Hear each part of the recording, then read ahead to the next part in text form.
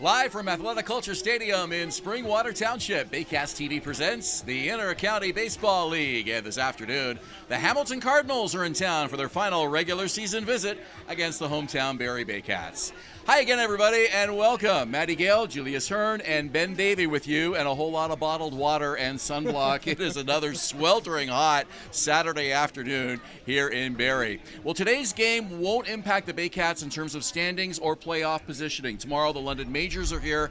That is the game that they need to win to nail down the number 2 playoff seed. Having said that, today's game, probably the biggest of the season for the starting pitcher today, Cesar Rosado. Absolutely. Cesar Rosado, not necessarily the pitcher that we saw him last year, leading the IBL in strikeouts, still leads the IBL in walks and hit batters, so control's still a little bit of an issue for him. Hasn't pitched in a week or so, missed his last start due to a little bit of a nagging injury, so he's back on the mound today, trying to get ramped up toward the playoffs. Hamilton Cardinals fans had enormously high expectations for this ball club, especially in the wake of numerous high-profile off-season signings. It hasn't exactly gone as planned, however. They come into today with 20 wins and 20 losses, and now the goal is simply finishing above the 500 mark. Yeah, this team is very, very different to the team that we saw last time the Cardinals were in town. The Cardinals won that game, had a couple close wins in a row against the Baycats, so they know what it takes to win against the defending IBL champions. But again, the team's still really not the same. There's a couple big pieces that aren't in the lineup, so again, they're another team that's just trying to get ahead of the playoffs and finish 500 like you mentioned. All right, Baycats and Cardinals, stay tuned. We'll have the first pitch and today's starting lineups when we return.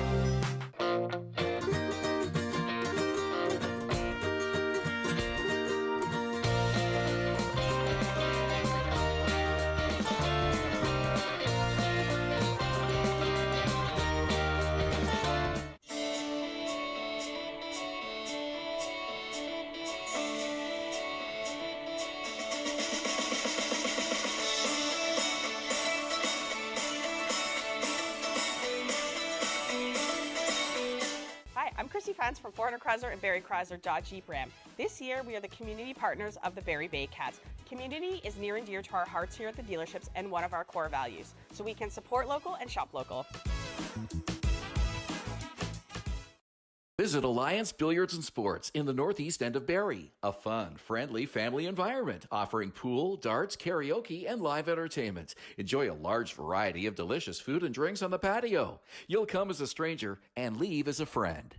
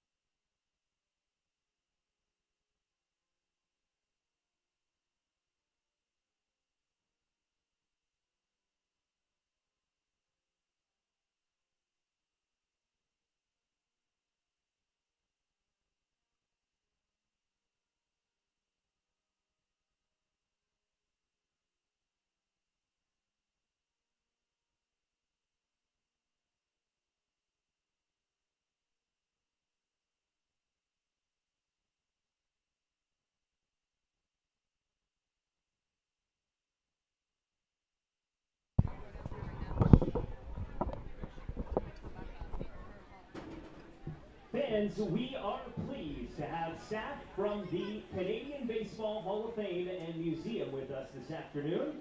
So be sure to take a look at their tent along the first base line to see what they've got on display here today.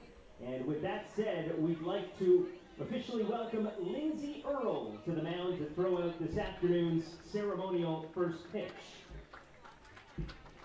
Lindsay is the Care of Collections and Visitor Engagement Supervisor at the Canadian Baseball Hall of Fame and Museum in St. Mary's. Lindsay, it's your pitch.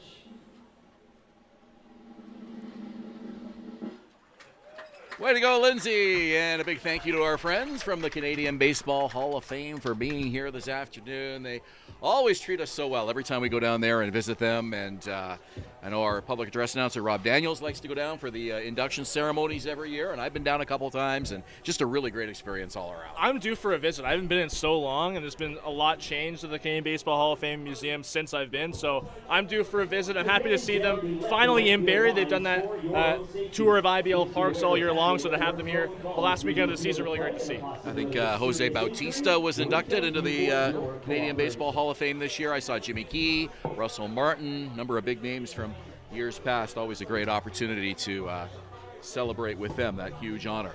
Let's take a look at the Hamilton Cardinals starting lineup here this afternoon. It's Carlos Dominguez leading off in right field. Tyler Duncan, the center fielder, batting second. Brandon Nickel, the former Jackfish, shortstop, batting third. It's Jaden Brown at the cleanup spot, hitting fourth, at third base. Yolki Pena is the left fielder, batting fifth. Nico Kakados, his first baseman, batting sixth. Yomer Hernandez catching, hitting seventh. Tommy Reyes Cruz at second, hits eighth. And Brendan Daly, the designated hitter, batting ninth. And we mentioned this right off the top. This is a big start for Baycats starter Cesar Rosado. As you mentioned, missed his start last week due to some some sore. He was a bit tight after his previous start, so got that one start off. But he's back, trying to get his name back in the mix to be that number 2 starter, maybe ahead of Juan Benitez ahead of the playoffs. Comes in with a 4-4 record, a 4.72 ERA, and 53 in the third innings. 54 strikeouts to 34 walks. That walk total leads the IBL, and he also leads the IBL in hit batsmen. Home plate umpire this afternoon is Jacob Galveo. It's Scott Costello at first base and Dana Case umping behind the bag at third. Domingo steps in. Rosado takes a couple of final stretches on the mound as we get ready for the opening pitch here this afternoon. Game time temperature, 31 degrees, feeling like 35 with the Humidex. That will drop as we head through the afternoon and evening. First pitch sails way over the head of Dominguez. We're underway on that note at 4:10 this afternoon. Bit of a shocking start to get things underway. Yeah, certainly not headhunting on the first pitch, I don't think. Maybe that's an indication of the humidity today and the moisture. Who knows? I'm sure Rosado will have a much better grip on this one. Here it is. It's inside. He's behind 2-0. Not a terrible year for Rosado. Mediocre numbers, though, by his standards with that 4-4 record that you mentioned. Not nearly as dominant as a year ago when he went 7-1. And a 2.04 ERA. That was the lowest among Baycats starters last year. Another one high and tight. So one over the head and 2 brushback pitches. And it's a 3-0 count to Dominguez. Yeah, took the loss in his last start, and it was a doozy in Welland. 4 2/3, 9 earned runs allowed on 8 hits and 6 walks. He needs to find the plate here, and Dominguez knows he's going to see a cookie here on 3-0, I would expect. Let's see if he's swinging. Here's the pitch from Rosado, and he finds the plate for a called strike. 3-1. Even just to get it over there with a breaking ball, that's a good sign for Rosado that he still has that confidence to start off this game, right? We'll give you the Barrie defense behind him in just a moment. A 3-1 pitch on the way from Cesar Rosado. Here it comes. Swing and a miss. He chased one way outside. 3-2. That one, basically the same pitch, just his release point was a little bit sooner than the previous pitch. Stayed up and had much more lateral movement towards that left-hand batter's box. Here comes the crowd with Rosado looking in for the 3-2 pitch. Gets the sign from Tyler Plumpton, comes to the belt.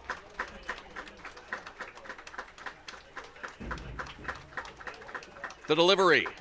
Swing and a miss. Strike 3. First strikeout of the game brought to you by IMP North, 1 away. Here's the defense for the Barrie Baycats behind Cesar Rosado. Tristan Clark in left field, Noel McGarry-Doyle in center, Clayton Keys in right. That's your standard outfield for the Baycats. Bit of a different infield today. Noah Hull at third base. That's not unusual. Hayden Jaco is back in the lineup for Barrie at shortstop. Justin Groves gets his first start with the Baycats at second. Noah Macabrothers at first, and Tyler Plumpton's behind the plate. Some Baycats serving 1-game suspensions. Both Hernandez brothers, Brandon and Francisco, serving that today, along with Juan Benitez, who wasn't scheduled to start today anyways. Rosado's first offering outside to Tyler Duncan, the center fielder. Yeah, we'll start to see some of the guys like Justin Groves. He's a couple plate appearances to qualify for the postseason. Hayden Jaco as well. So it's important to get these guys the time they need. You will see much more of an A lineup tomorrow, as Josh Matlow would say. Absolutely, and as we said in the intro, tomorrow's game will determine second place in the IBL playoff seedings. That one's upstairs, 2-0.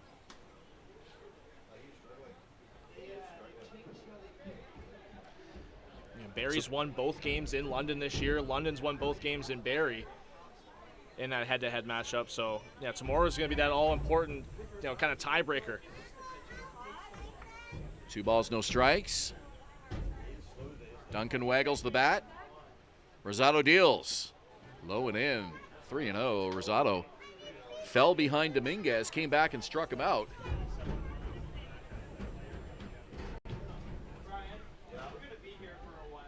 Tyler Duncan, a home run derby champion. Again. Yeah, back to back, right? Yeah.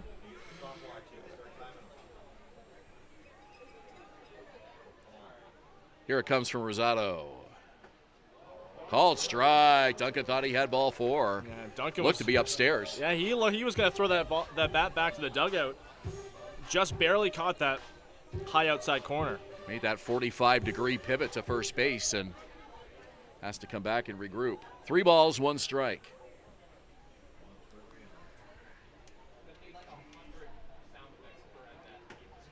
And that's ball 4.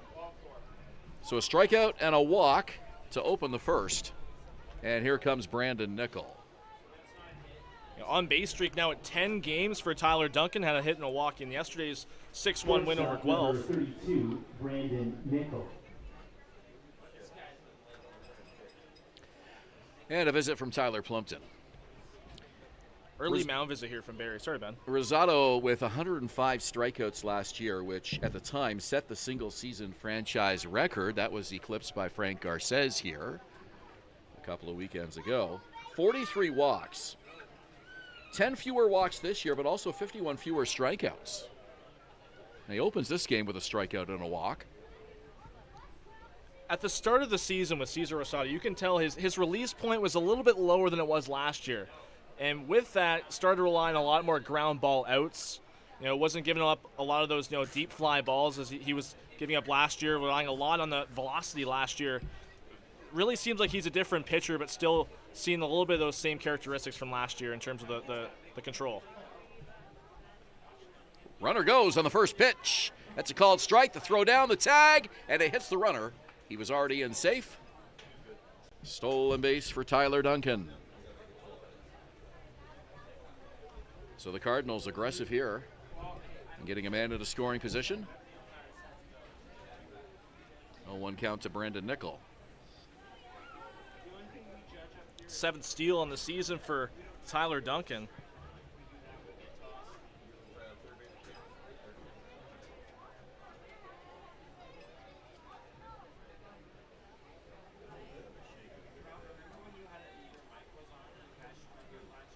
Here's the pitch from Rosado. Outside and low. 1-0.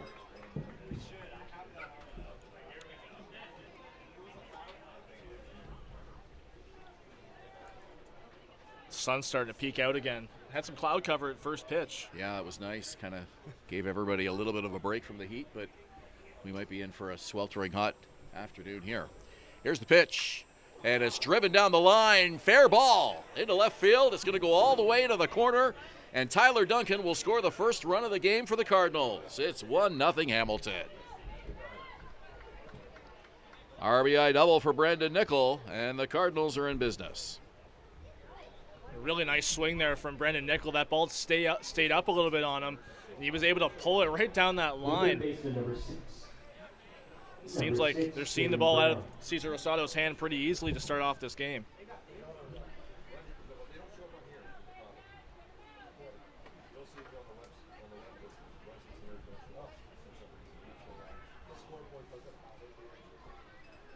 So it's Jaden Brown, the third baseman. Runner in scoring position, still just one out.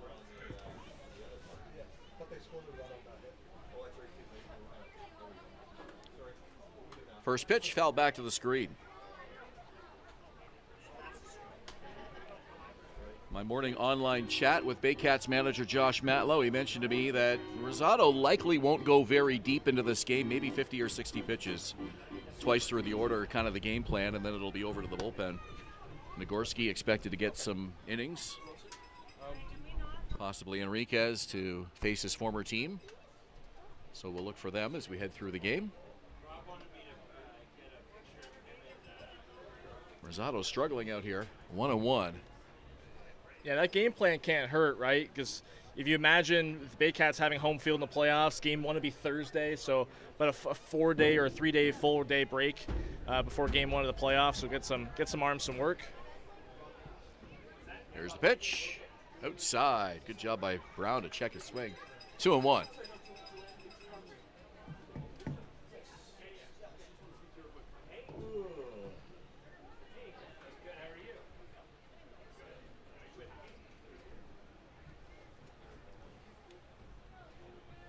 Cesar Rosado with a 2-1 count.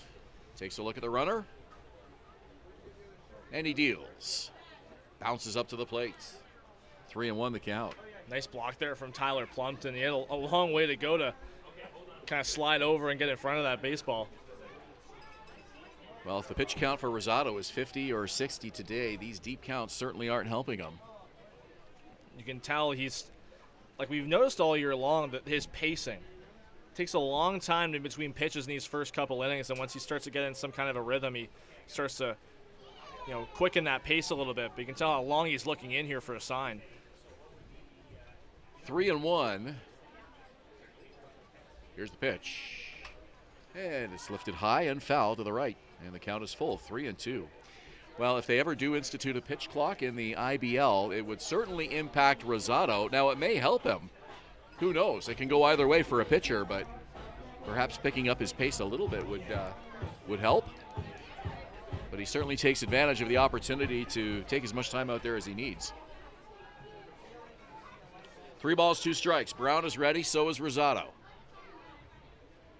Gets the sign he wants from Tyler Plumpton, now comes to the belt.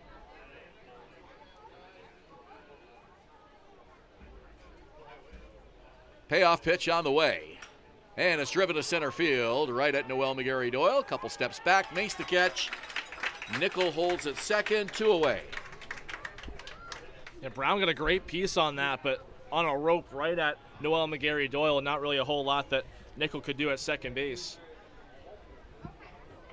Yoki Pena to bat, the left fielder. Left fielder number 12, Yoki Pena. So the Baycats, as mentioned, will have home field for the first round of the playoffs. Yet to be determined where they will finish and who they will play. But the opening game would be not officially announced yet, but more than likely Thursday next week here at Athletic Kulture Stadium. And then they alternate home away, home away. It's going to be either Toronto or Kitchener, still yet to be determined on both ends of the bracket. So in all likelihood, we would have Game 3 here on either Saturday or Sunday next weekend if you're looking ahead. Game 2 would be on the road in either of those cities, but still to be officially announced, so keep an eye on the website, and we'll have that for you as soon as it's confirmed.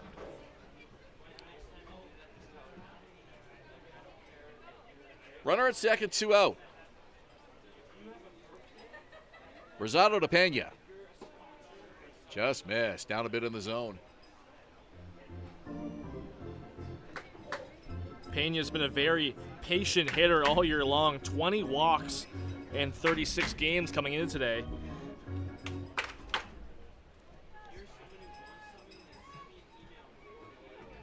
Rosado with a look at Nickel.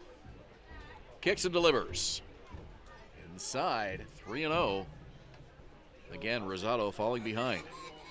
I mentioned Tyler Duncan having an on-base streak now at 10 games. Pena's at 11 games coming into today. Good time to get hot heading into the final weekend of the regular season. You want to keep that momentum going right into round one. Big pitch coming up here from Rosado. 3 balls, no strikes. Pena's ready. Here's Rosado's delivery, and it's a called strike. Pena wanted first base, but that pitch looked pretty good. 3-1 the count. Rosado trying to get the velocity up on that pitch. You could tell, just not necessarily just trying to have a get-me-over pitch to keep this at-bat going, but also trying to build some confidence.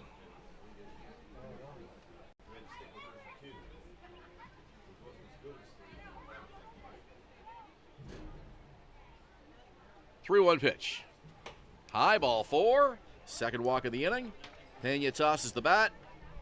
2 on with 2 out.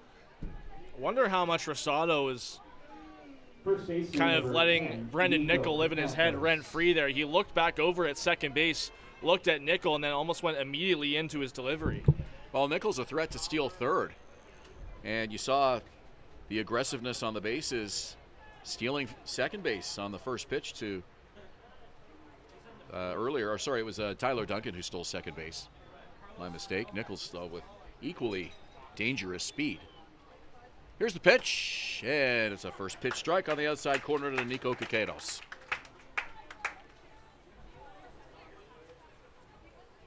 One nothing Cardinals, top of the first. Caquedos, really solid first season in the IBL. 312 average, played in the All-Star game. Taking all the way, and it's no balls, 2 strikes. This has been a 15-minute top of the first inning.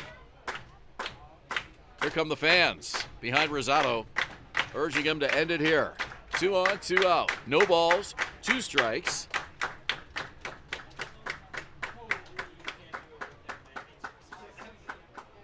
And the pitch with the runners in motion, and it's driven to right field. And the catch is made by Clayton Keys. So that'll do it, but the Cardinals strike first. It's 1-0 Hamilton after half an inning. You're watching Baycats TV on YouTube, Rogers TV in Barrie, and Cable 14 in Hamilton.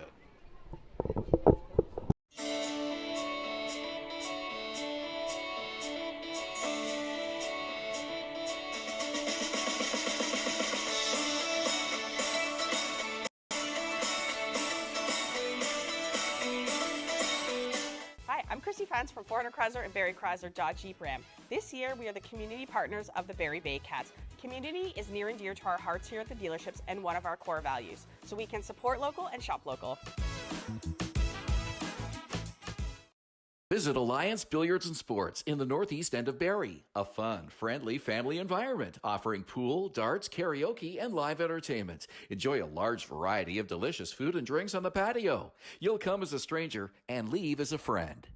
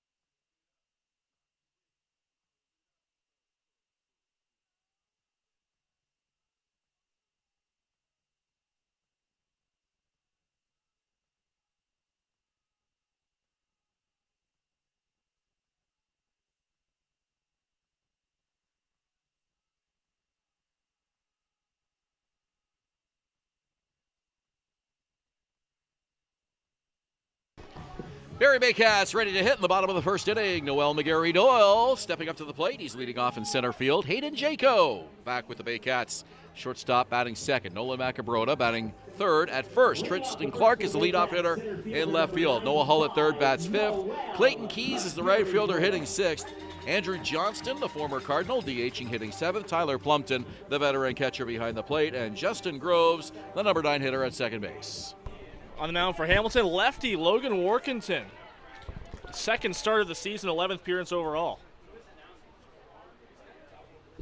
First pitch fastball, and it's a swing and a miss from Noel McGarry Doyle. No decisions yet this year for Workington, a 4.61 ERA in just 13 2/3 innings.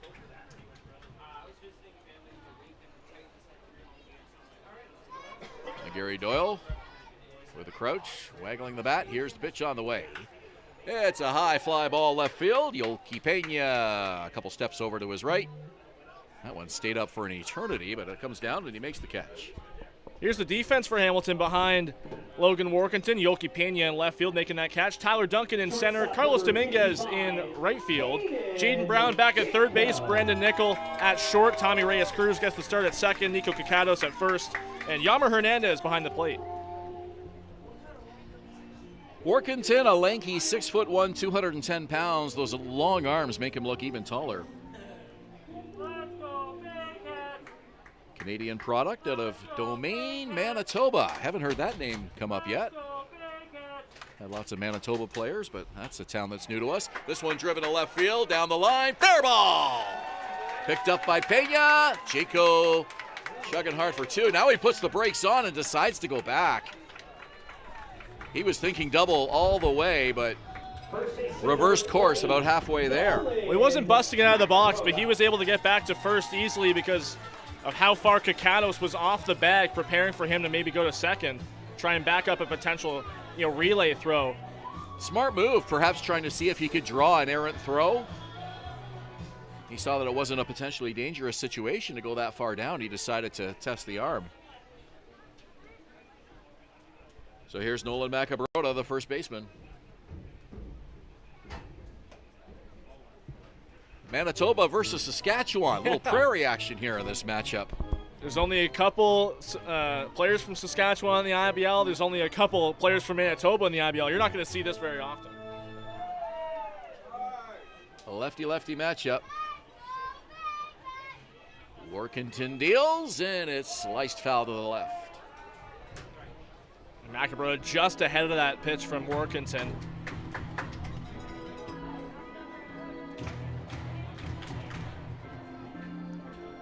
One ball, one strike.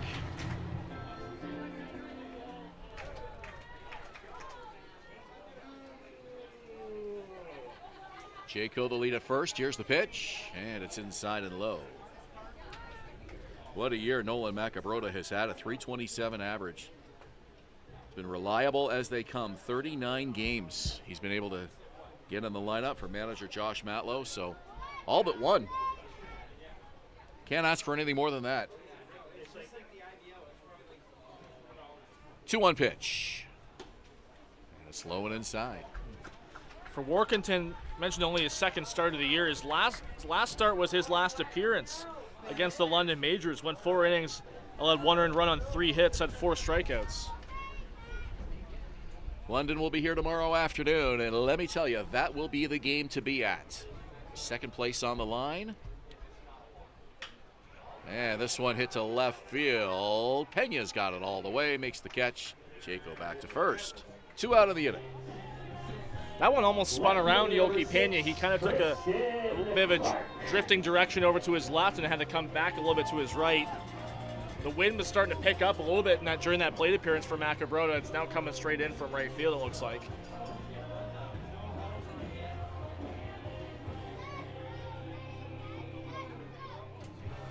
Tristan Clark, the left fielder,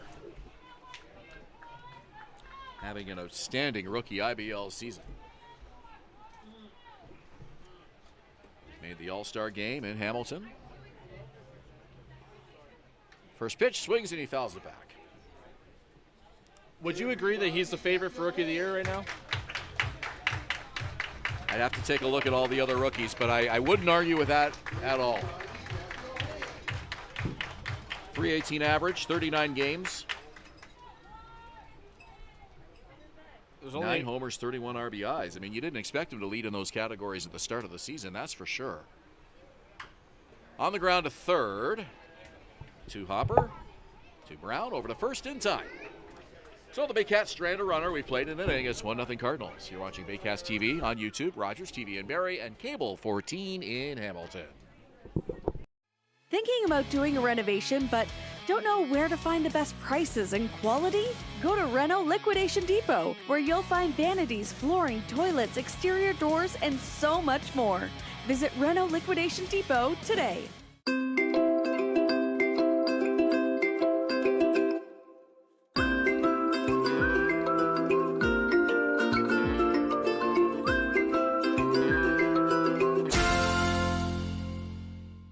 Step up to the plate at Park Place. The latest fashion, delicious dining, exciting entertainment. Hungry after the game? Stop by one of their patios or grab a sweet treat for a grand slam of flavors to satisfy every craving. Park Place, where every visit is a home run.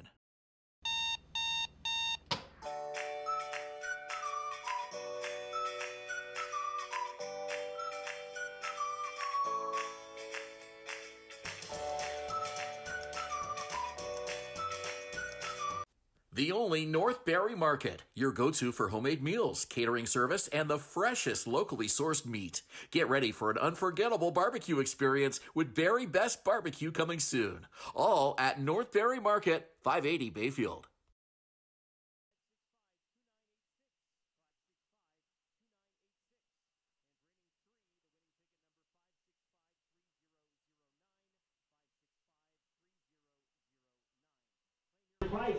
That first inning of play was brought to you by Park Place, Barrie's Grand Slam destination for dining, shopping, and fun. See you after the game. Now, top of the second, it's time for check-in with Maddie Gale.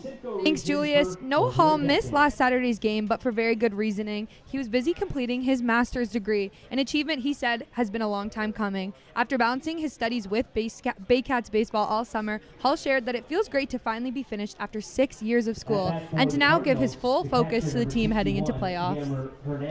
Thank you, Maddie. It's a huge accomplishment, and 6 years is a long time, and especially when you're passionate about sports and trying to, keep things going athletically, quite a commitment. It's a tall task for sure. I was asking him about it earlier, and he said he was doing part of a one semester during the season too, which is very difficult.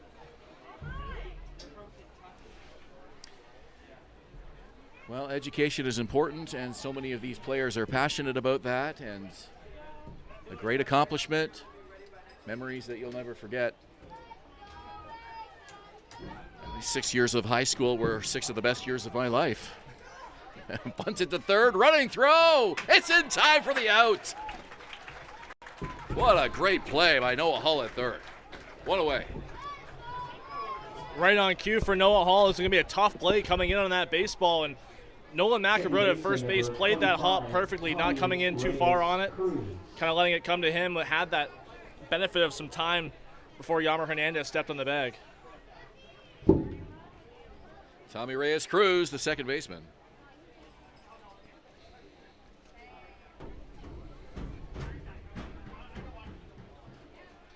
First pitch from Rosado, it's a called strike. Seemed like that bottom of the first inning has kind of calmed down Cesar Rosado, at least for now. Seems like the first few pitches of the inning, much more what we've seen from him on a consistent basis.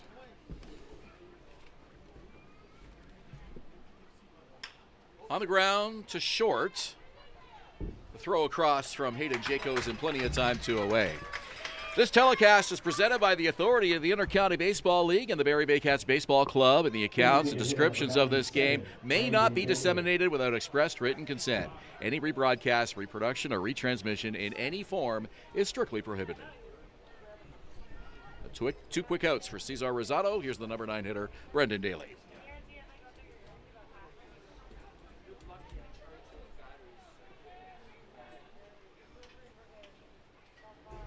First pitch from Rosado. It's just outside.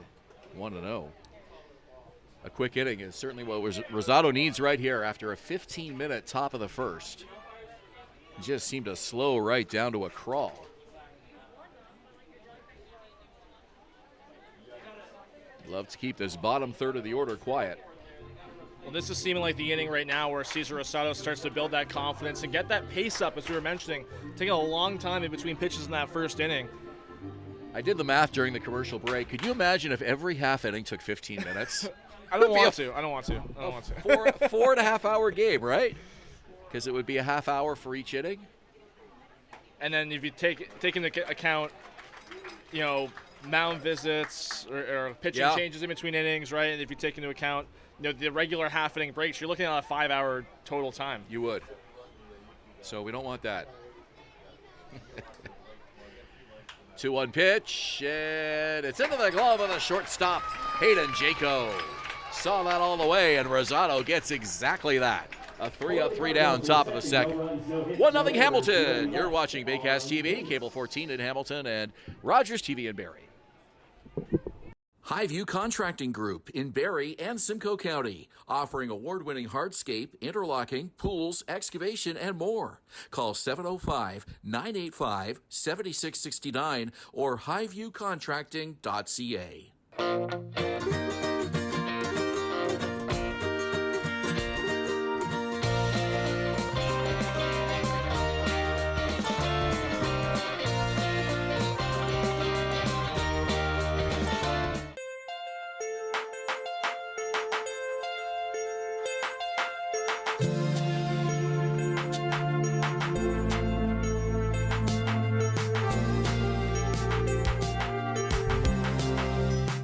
Danielle May Real Estate, supporting the Barrie Baycats and ready to help with all of your real estate questions. What is your home worth? Should you sell now or wait?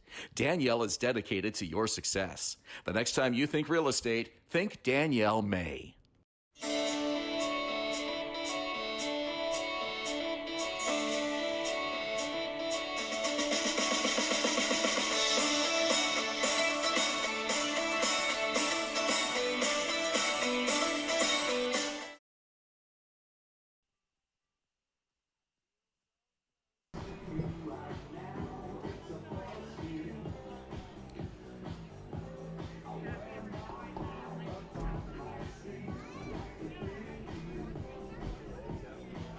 Second inning of play is brought to you by JC Unlimited Contracting. Design, supply, build, renovate. Servicing Simcoe region for over a decade.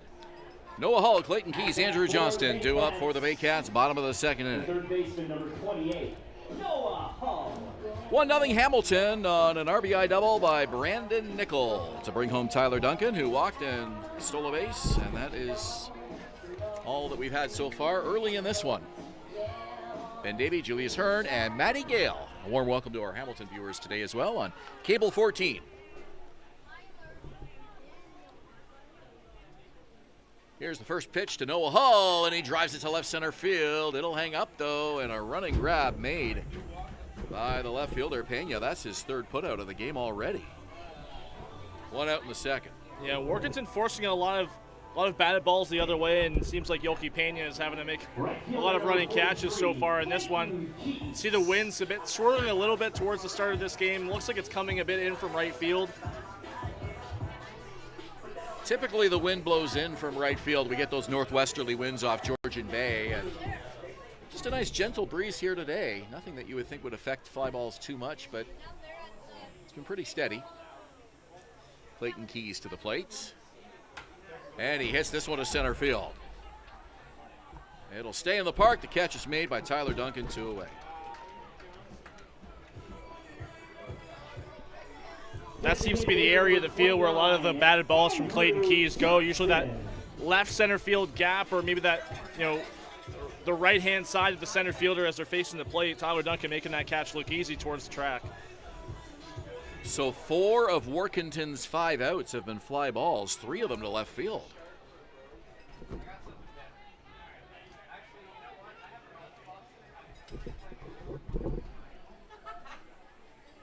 This is Andrew Johnston, former Cardinal. First pitch taking all the way, it's a strike. As Rob Daniels announced before the game, Andrew Johnston coming off a gold medal at the 23U European Championships with Great Britain.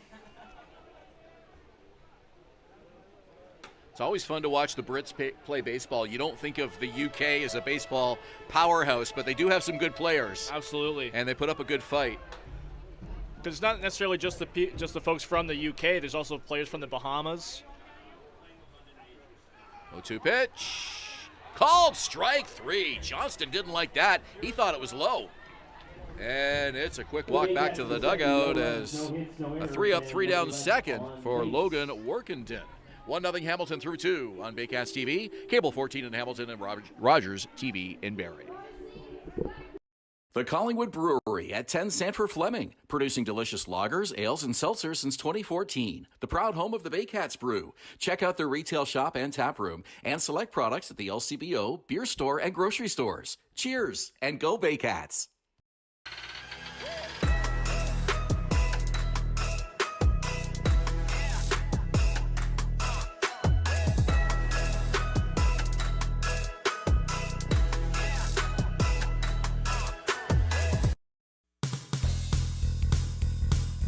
Join us this summer at the Baycats Summer Baseball Camp.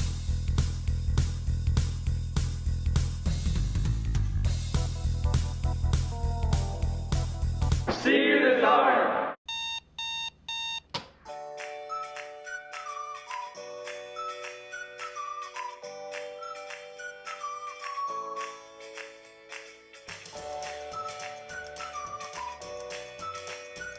What if a thrift store could change lives? Barrie Families Unite is making it happen. Essential needs support for those families in our community who need it most. Charity gives. Dignity empowers. Athletic Kulture Stadium, second last game of the season for the Baycats. It's the Hamilton Cardinals on top 1-0 as we head back to the top of the order. Carlos Dominguez will lead it off for the Cards. Right fielder number 30, Carlos Dominguez. We mentioned off the top it may be a shorter start than usual for Baycats starter Cesar Rosado, and his pitch count still at 35. That second inning really helped him out. Yeah, 28 pitches in that first inning. And then a 7-pitch second, which was exactly what he needed. The goal is to get him through the order twice. So we'll see if he's able to do that, keep the score close. Dominguez struck out swinging, worked a 3-0 count. He's behind 0-1 here, now 0-2. Noah Hall was playing rather shallow at third base in on the turf there, now backing up to a regular depth on 2 strikes. This is a team that loves to bunt and steal. Trademark Cardinal baseball. Both wins Hamilton had over Barrie were close, low-scoring games. Here's the 0-2 from Rosado, and it's outside. Showing bunt on the 0-2 count was Dominguez. You have to be so confident, 100% confident you're going to make contact in fair territory on 2 strikes like that. Pulled the bat back and did not offer, so it's a 1-2 count. You see Noah Hall, he moved a bit further in again from that third base side. Lively crowd here this afternoon with his 1-2 count from Rosado. Here it comes. Just missed. Wow. Plumped and framed it. They did not get that call. Looked pretty good. 2 balls, 2 strikes. Jacob Galvao is the home plate umpire today. Seems to have a little bit of a lower strike zone maybe than most. That one looked pretty good. 2-2 coming up from Rosado. Here it is. Swing and a miss, strike 3. Strikeout for IMP North. It's Rosado's second. Dominguez, the victim both times. You really see Rosado starting to build back that energy that he kind of has had. You know, started mentioning last season how well he was pitching. He had a really nice stretch earlier this year, but his last start, as I mentioned, really got roughed up by the Jackfish. So here's Tyler Duncan, who has the game's lone run. Walked, stole a base, came home on an RBI double by Brandon Nickel. First pitch from Rosado, that's up high. Want to send along greetings and congrats to everybody who participated in the Barrie Aurelia Christian Co-ed Slow Pitch League this year. Today was tournament day, just a couple of diamonds down from us here at the Barrie Community Sports Complex after a 12-game regular season, which I got to participate in. The game's on Friday nights, so it worked perfectly. Didn't miss any Baycats home games. And unfortunately for my team, it was a quick exit in the round robin. We went 0-3. But the championship game is going on right now. I was fairly confident we wouldn't be in that championship game, so no conflicts to worry about. Not sure who's playing because I had to make a quick exit and get over here, but they're playing their championship game right now as we speak. Did any of your teammates come to the Baycats game today? I don't see any of them here right now, but they've been coming to games throughout the season, which is pretty cool. Yeah, we had a lot of fun this year. Our 12-game regular season, our record was no wins, 7 losses, 5 ties. We were very proud of those 5 ties. Of course. A couple of them we had leads we just couldn't hold. Now, if anyone follows your social media, you know that you're usually posting the scores of these games kind of right after they happen, right? I have been, because a lot of the players on the other teams have enjoyed keeping tabs on how our team has been doing, especially since we did so poorly this year. So the entertainment seemed to make for pretty good content. It's been it was a lot of fun, and slow pitch is great because anybody can hit the ball. It's just sitting there, and you take your best hack at it. So, but we had 2 games this morning. Our first game was 8 a.m. So I've been here for a long time. I managed to get a quick shower and change of clothes before the game today, but I was a dirty, sweaty mess after our second game. A lot of energy for you today. Yeah, I'll sleep well tonight. 3-1 pitch. Outside ball 4. It's another walk from Rosado. 3rd of the game. I haven't played anything since our charity game. Yeah. Yeah, it's been a while. And you had a great game. That was a big afternoon for you. If I recall, you had an inside the park home run. And a triple. Yeah. You scored though. I thought it was an inside the park home run. I did. I had 3 runs. I had an inside the park homer and a triple. Yeah. I think I had a single. I struck out once, but that's. And you threw out James Anderson. I did. And I also had a Derek Jeter type moment too, where I made like a jump throw from short. Man, you were everywhere that afternoon. Yeah. I remember asking James Anderson. The following week was the Baycats home opener, and he was like, "Yeah, I had no idea it was coming. I thought I had an easy run." And he's like, "I saw Lalise Beltran was catching at the time. I thought." He's like, I thought I was in there for sure, and I was shocked to see him have the baseball. Well, you are young enough to be out there in a regular season game. I know Josh Matlow is fully aware of that. Inside, Brandon Nickel. Tyler Plumpton was, because he was in the game as well, he was teasing me that maybe I earned a tryout. Wouldn't surprise me. So a quick chat, speaking of Tyler Plumpton, he's out for a visit with Rosado.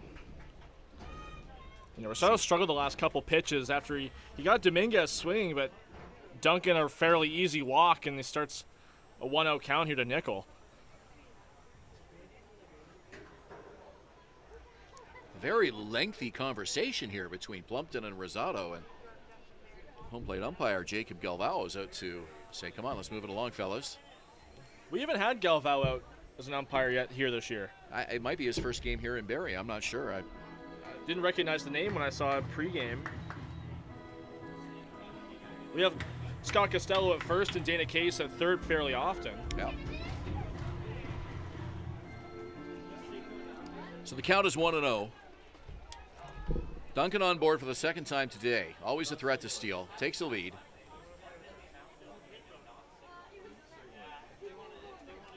Here's the pitch. And it's a pitch out. Well, it was a pitch out, but it was inside. Plumpton was setting up for a... I've never seen an inside pitch out before, but that's kind of what that was. Plumpton jumped up. Clearly that was by design. Maybe that's what he was explaining to him. I want you to pitch out, but throw it on the inside part of the plate. When Duncan stole second in the first, the pitch that he stole on ended up being outside. Plumpton sets up again. Runner goes. Pitch is high. The throw down. The swipe tag is not in time. 2 stolen bases for Tyler Duncan this afternoon. Duncan lucky that was a breaking ball because Tyler Plumpton caught that in great position to make a much quicker throw than he did back in the first inning. But that the pitch not getting to home plate as fast as Cesar Rosado's fastball can usually get it to be, Duncan just gets out of the way of that swipe tag from Groves.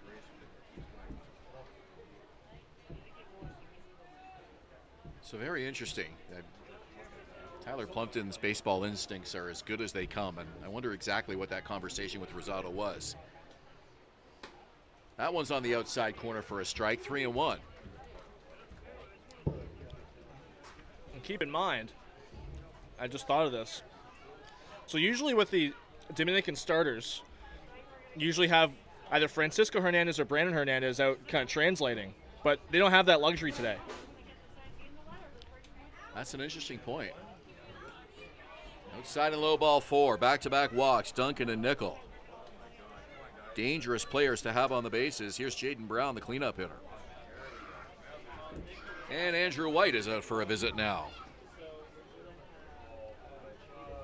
Third baseman. So we had a 15-minute top of the first, a 7-pitch top of the second, and this is shaping up to be a 15-minute top of the third. And you're hoping that if you're the Baycats, this pattern doesn't keep going on.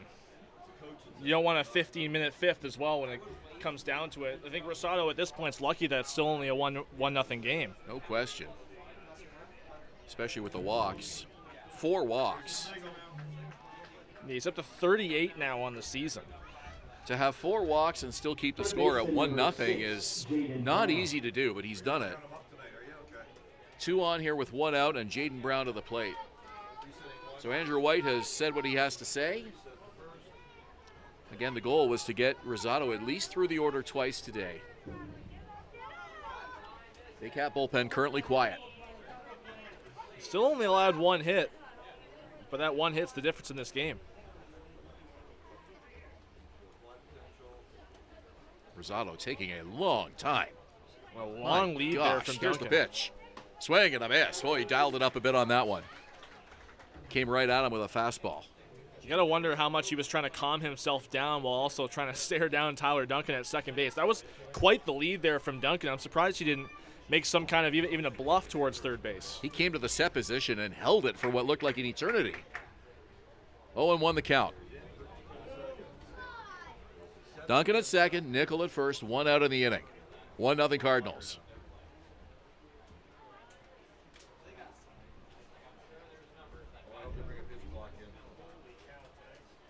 Again, a long wait by Rosado, and now he steps off. So Mark, this was a road game. The crowd would be all over him right now. Especially in Hamilton. It's been a long time since I've seen a pitcher, even by Rosado standards, take this long on the mound. So he's used his 1 disengagement. Looks in. Comes to the belt again.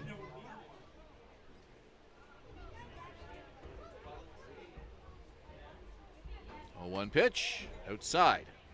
1 ball, 1 strike. Rosado, I mentioned how rough his last start was against Welland. The start before that was in Hamilton, and it was absolutely dominant. 7 innings, he only allowed 1 hit, no earned runs, had 5 strikeouts, still had 4 walks in that game, but those innings were much quicker, if I recall. Seemed like everything was coming much easier to him at Bernie Arbor. 1 ball, 1 strike, 1 out. Here's the pitch, and it's a bunt. To the mound, Rosado takes it, makes the throw. It's low and mishandled at first. A bad throw by Rosado coming off the mound. Nolan Macabrota couldn't recover. The bases are loaded. Yeah, that's going to go down as an error on Rosado. That he definitely had a little bit more time to plant and make a stronger throw there, but it looked like it kind of slipped out of his hand a little bit to the point where Macabrota couldn't make a clean pick at first base. It kind of double hopped him. Now the bases are loaded. So let's see if the Cardinals can capitalize on that decision to have Brown lay down a bunt. Forces a bad throw from Rosado. The bases are loaded. He was simply trying to get the runners over, but is able to create a bases loaded situation for Yoki Pena.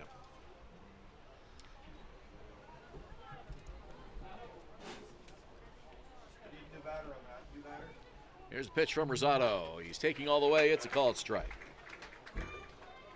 Pena, 5 home runs, 21 RBIs. Among the leaders on the Cardinals in both categories. Dangerous hitter at the plate.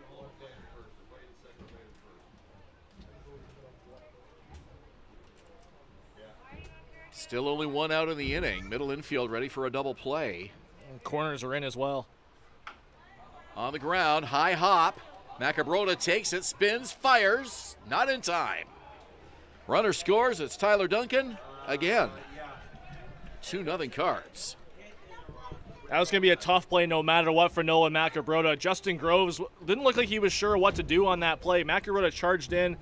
Rosado had a long way to go to try and cover first with the corners playing in. And as strong as a play that was for Macabrota, it was a tough throw to handle for Rosado. Didn't even get there in time. Very rarely do you see a first baseman come that far over to the middle part of the infield. Rosado hustled off the mound, but they just couldn't execute that. So the bases are still loaded. How many bunt attempts have we seen from the Cardinals in this game? And we're only in the 3rd inning. Well, if it ain't broke, don't fix it. They may try it again. Here's the pitch. It's a breaking ball for a strike.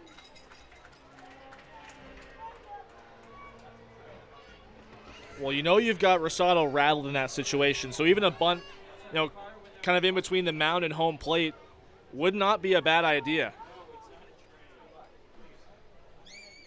2-0 Hamilton. Rosado's pitch. Called strike. Mercados thought it was outside. 0-2 the count. Well, that's exactly what Rosado needed. A pitch with some higher velocity that was right over the heart of the plate and got it over for a strike. No balls, 2 strikes, 1 out. Cesar Rosado. Looks in. Here comes the crowd urging Rosado to finish him here. Here comes the pitch. High off the glove of Plumpton. He needs to go to the backstop. And Rosado was not covering the plate. He simply just came in to take the toss back. 3-0 Cardinals. Tough play there. You don't see that very often from Tyler Plumpton. Looked like a catchable baseball. Wasn't even in the dirt. Kind of up high over to his left, or his right, pardon me. You got enough of a piece of it. Didn't go all the way to the backstop, but still a slow roller. Also, you mentioned Rosado not covering the plate. Well, he came towards the dirt area at home plate, but just didn't finish the route to the home plate to put himself in position for any kind of throw. He was kind of throwing up the hand signals, being like, hey, don't throw the ball. And Plumpton threw it back to him anyway. Guess he figured there was no play. Why bother? 1-2, here's the pitch. And it's fouled off the top of the screen. So that should be a pass ball. Yeah. And the other runners advanced, so we now have Brown at third. We have Pena at second. First base open. It's a 1-2 count to Nico Cuqueros.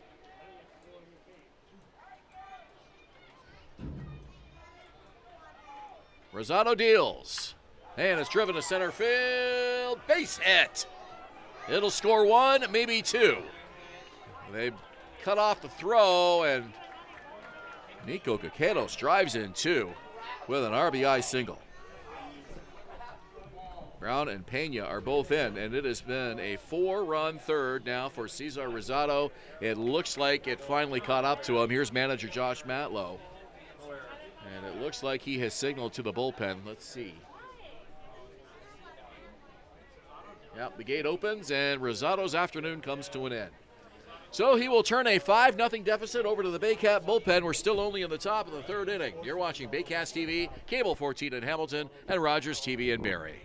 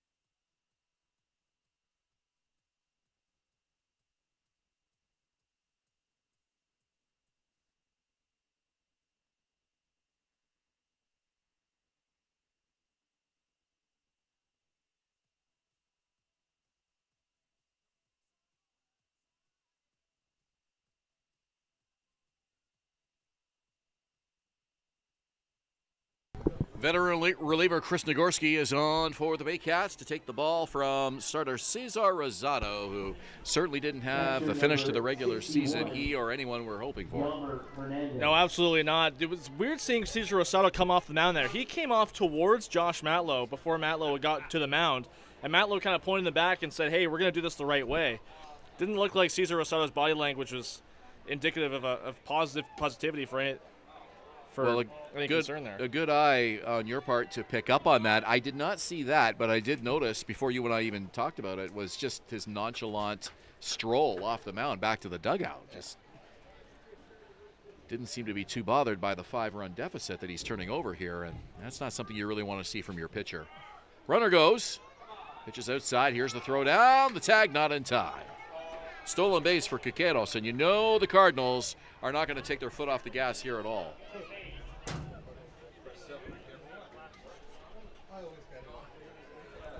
Well, it was like a good throw there from Tyler Plumpton, but it was on the opposite side of the bag. Justin Groves had to reach over before trying to put a tag on Caqueros there. A bit more on Nagorski here, 1-0 record this year. Since he joined the Baycats, 6 appearances, 4.76 ERA in 5 2/3 innings.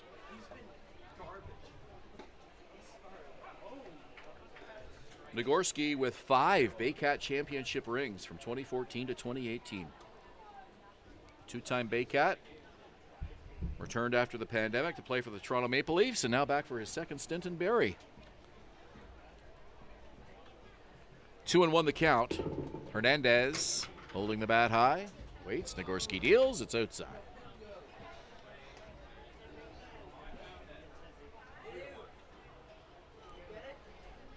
"35-year-old IBL veteran, hails from Mississauga. Tall, 6'4", 210.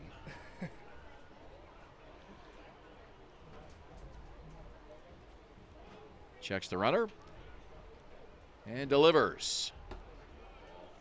Low and away. And that's ball 4. Hernandez hand delivers his bat halfway back to the dugout.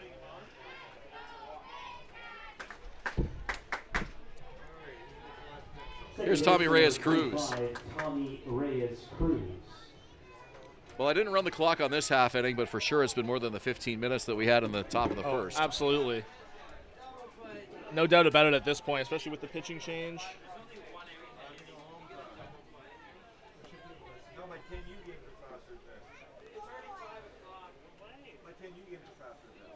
And sprayed it to left field. It'll drop for a base hit. Rounding third is Nico Caqueros. He'll hold as the ball is fired in by Tristan Clark. That'll load the bases.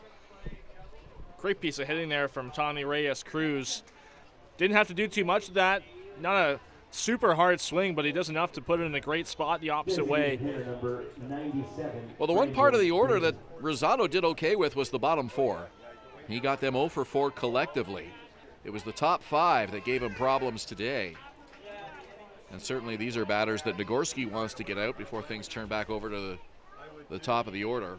Really, number 2 in particular, Tyler Duncan. That's where the damage has been. Duncan, Nickel, and Brown.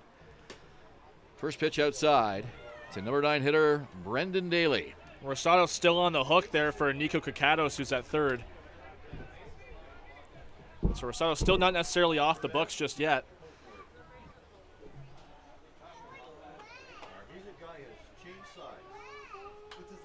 Fouled over the screen. So the plan for the Baycats pitchers in the postseason, no question, was what we saw last year. Garces, Benitez, Rosado. But after an outing like today, you wonder if that throws any sort of question marks at all in that, in terms of what kind of approach Josh Matlow might have to take here. Yeah, you got to wonder. You might see Benitez for Rosado flip-flop. You might see Benitez be that number 2 guy in the playoffs at this point. Those aren't question marks that you want to have going into round 1. Nice backhand by Hull. They have the runner held up. The throw, they got the force out at home. That's what happened there. It looked like Caqueros kind of forgot that it was a force situation. So Plumpton kept his foot on the plate. That throw was off the mark a little bit, but they get the force out at home. What I'm curious about there is why Hull didn't touch third and then try and get Caqueros in a rundown. That seemed like it could have been an easy double play. Yeah.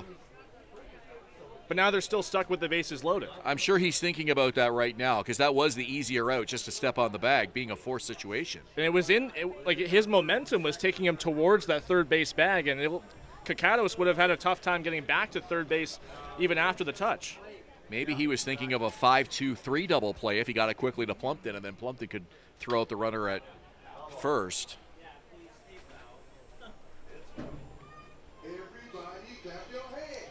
So Kakatos is retired 5-2. It's a fielder's choice for Brendan Daly, the number 9 hitter. Hernandez is at third. Reyes Cruz is at second. Daly at third. The bases remain loaded, 2 out. The Cardinals have batted around here in the third. This inning started with a Carlos Dominguez strikeout. That went in the dirt, and Plumpton probably saved a run there. He's been putting his body on the line all year long, and for a guy his age to be as good of blocking as he is has been so valuable to this team, especially with what we've seen from some of the relief pitching this year, and even Cesar Rosado, as you mentioned, some of the control issues. Well, between the balls in the dirt that he's blocked and the stolen base attempts, he probably feels like he's played 9 innings already today.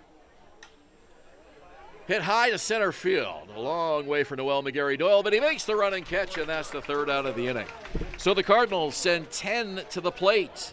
They score 4, and they make it a 5-0 game after 2.5 innings. A lot of baseball still to go here at Athletic Kulture Stadium. You're watching Cable 14 in Hamilton, Rogers TV in Barrie, and Baycats TV on YouTube.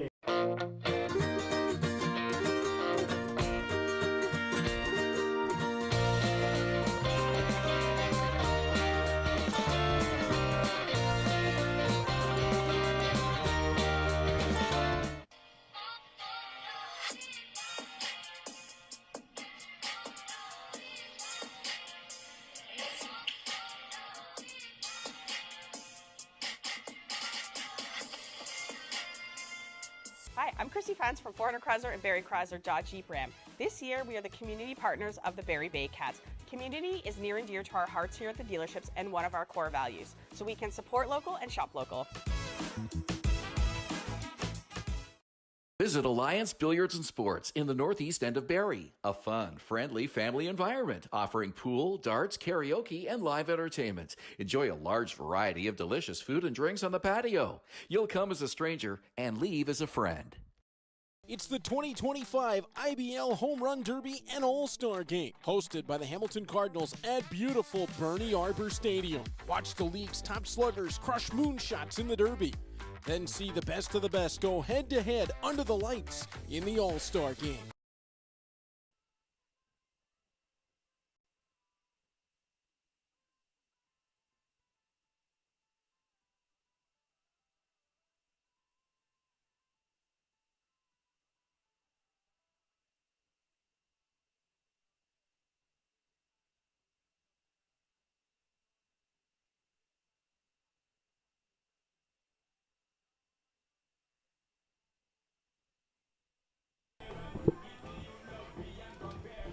Bottom of the third inning, Baycats with some work to do. They're down 5-0. Tyler Plumpton will come to the plate.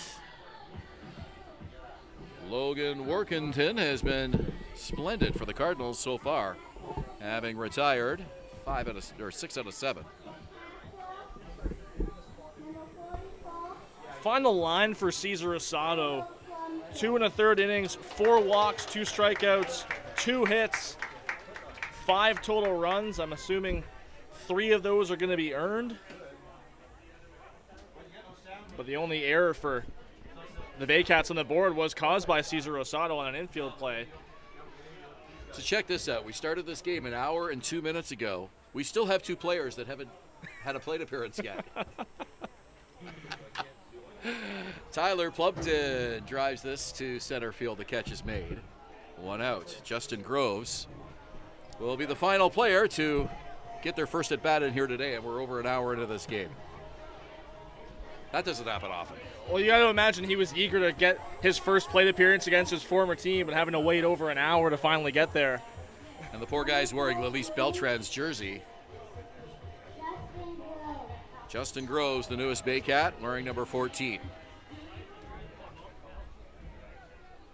hopefully they get a new jersey for the playoffs. Well, I noticed a couple weeks ago they finally got Clayton Key's name on his jersey.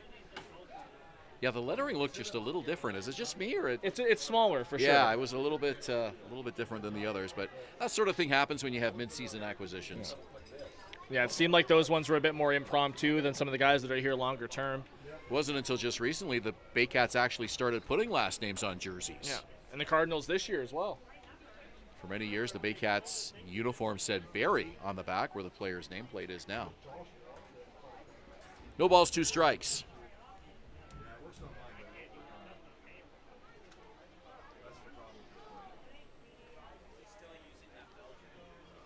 Strike 3, 2 down. Looks like an easy strikeout there for Logan Workington. Just got that last fastball right by Groves up high. And that ball looks so much easier to hit when it's up high near the top of the strike zone, but he swings right through it.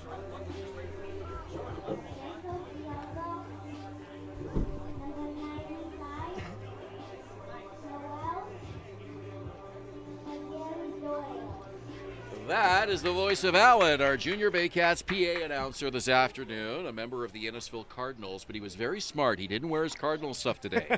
He's wearing a Blue Jays hat.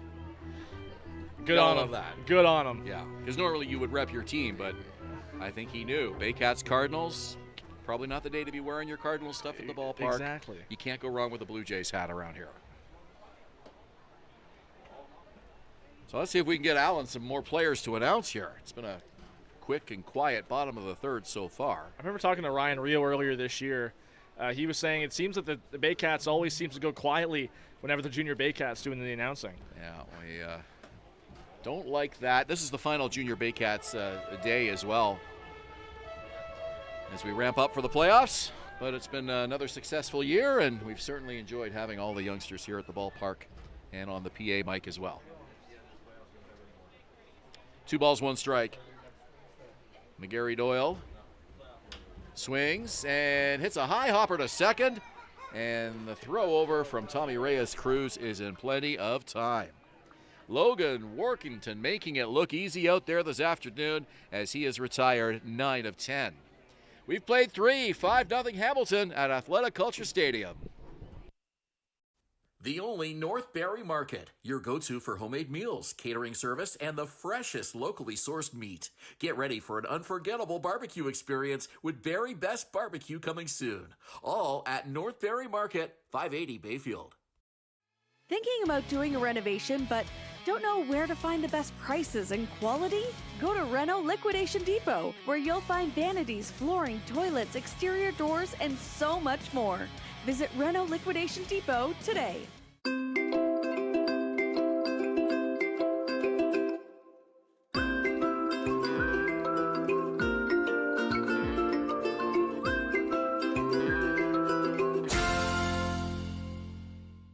Step up to the plate at Park Place. The latest fashion, delicious dining, exciting entertainment. Hungry after the game? Stop by one of their patios or grab a sweet treat for a grand slam of flavors to satisfy every craving.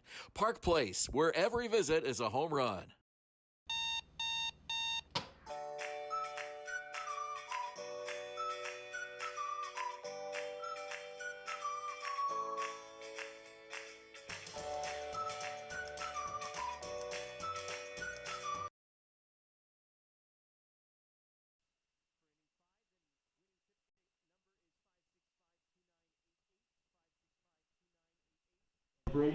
That third inning of play was brought to you by Render 3D Quick, the #1 architectural 3D rendering company in Canada, working with thousands of builders, developers, architects, and more.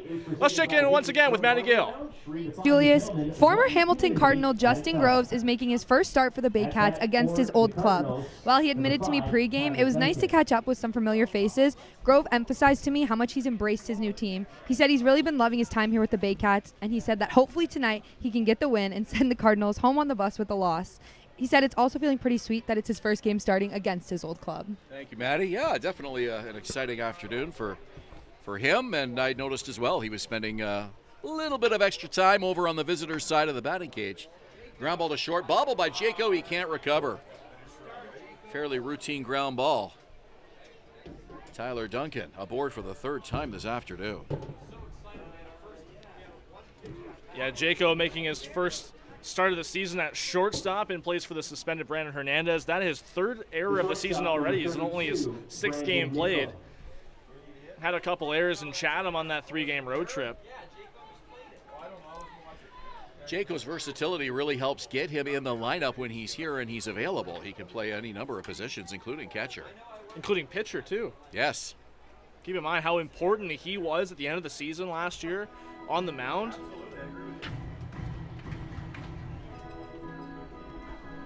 I think a lot of people forget he pitched in the All-Star game, too, last year.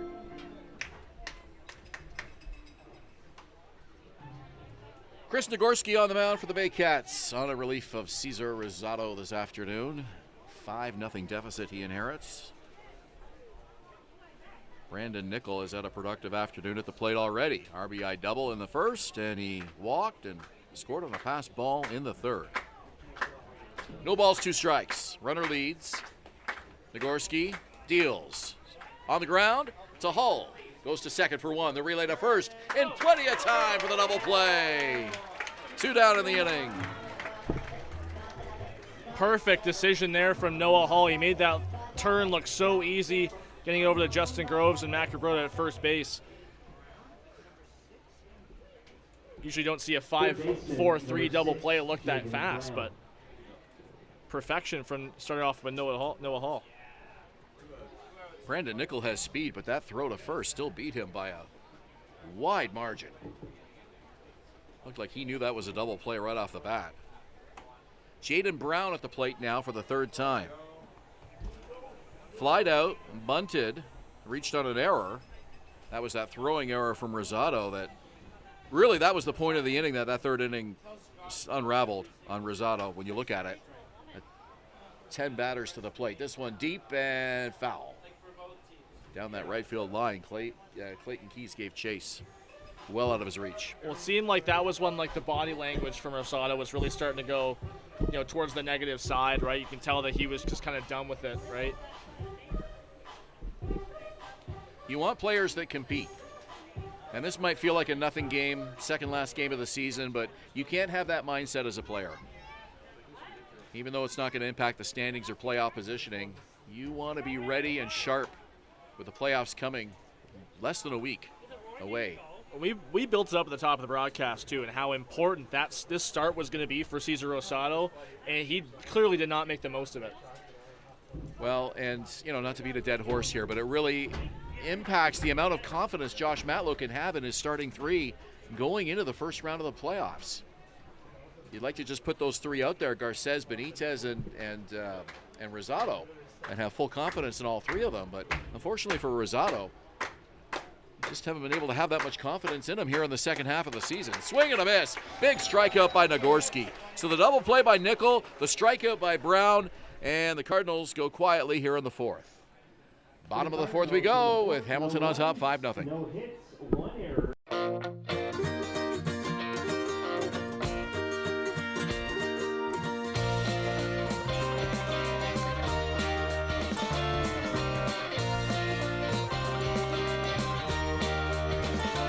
Highview Contracting Group in Barrie and Simcoe County, offering award-winning hardscape, interlocking, pools, excavation, and more. Call 705-985-7669 or highviewcontracting.ca.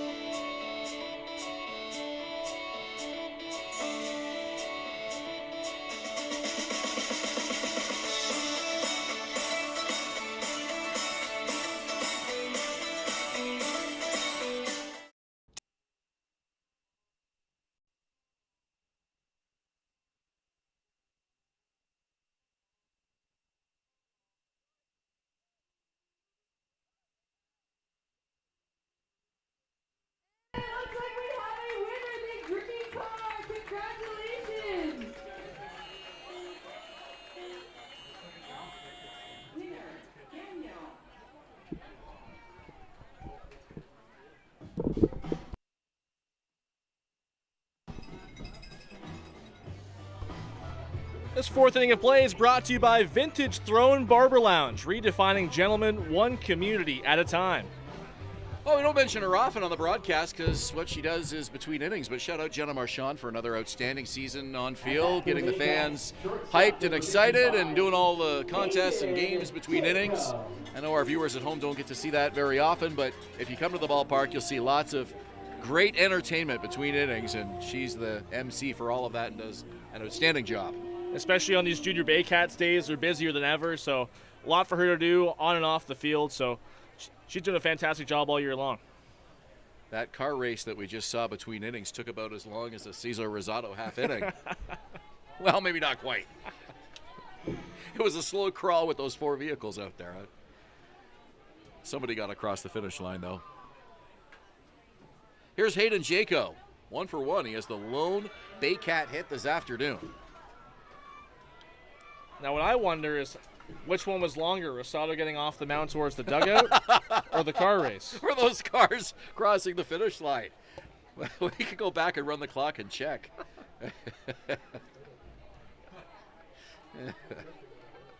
That was the slowest walk off the mound I've ever seen. Yeah, usually you see a pitcher get taken out of the game mid-inning and they want nothing to do with the field after they give the ball up. No. 2 balls and a strike to Jaco. 5-0 Hamilton. Bottom of the 4th. Here's the pitch. On the ground, foul. 2 balls and a strike. This is turning into quite the start for Cardinal pitcher Logan Workington, who has allowed just 1 hit, 1 base runner, and that was off the bat of this man in the bottom of the 1st. Yeah, he was kind of lucky that ended up being a double, because that ball nearly got all the way to the corner. Jaco took that wide turn around first base and ended up going back. He's retired 8 in a row since. To third and through. Down the line into left field. Jaco with a turnaround first. He's trying for 2, and he's in there in plenty of time. Exactly what the Baycats need, a double to get this going. Right here in the 4th inning, you're down 5-0. You need something to kind of get that energy going in the dugout and bring up another guy like Nolan McAbrota here who can drive him in. Also to wake up this crowd a little bit too, which was starting to lose some energy after 8 Baycats retired in a row. They get the leadoff man aboard to start the 4th, and here's Nolan McAbrota. Great effort there from Jaden Brown, though, at third base. He tried to lay out for it, but the ball was hit so hard it got off the tip of his glove. It seemed like that was what allowed Jaco to take second, the way that ball caromed off it. Absolute scorcher off Jaco's bat. McAbrota takes the first pitch strike. He's 0 for 1 today.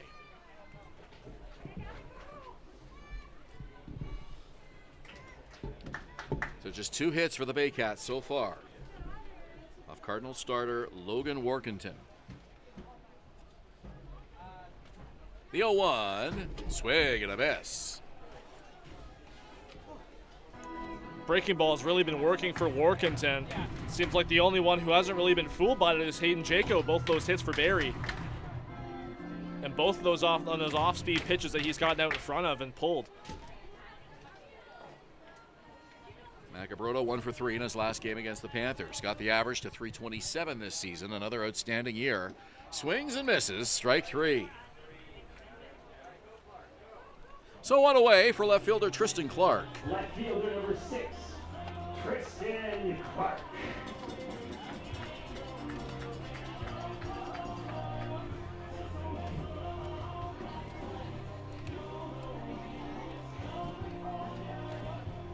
Runner at second, Jaco 1 out. Clark to the plate for the second time. He grounded out to third to end the 1st.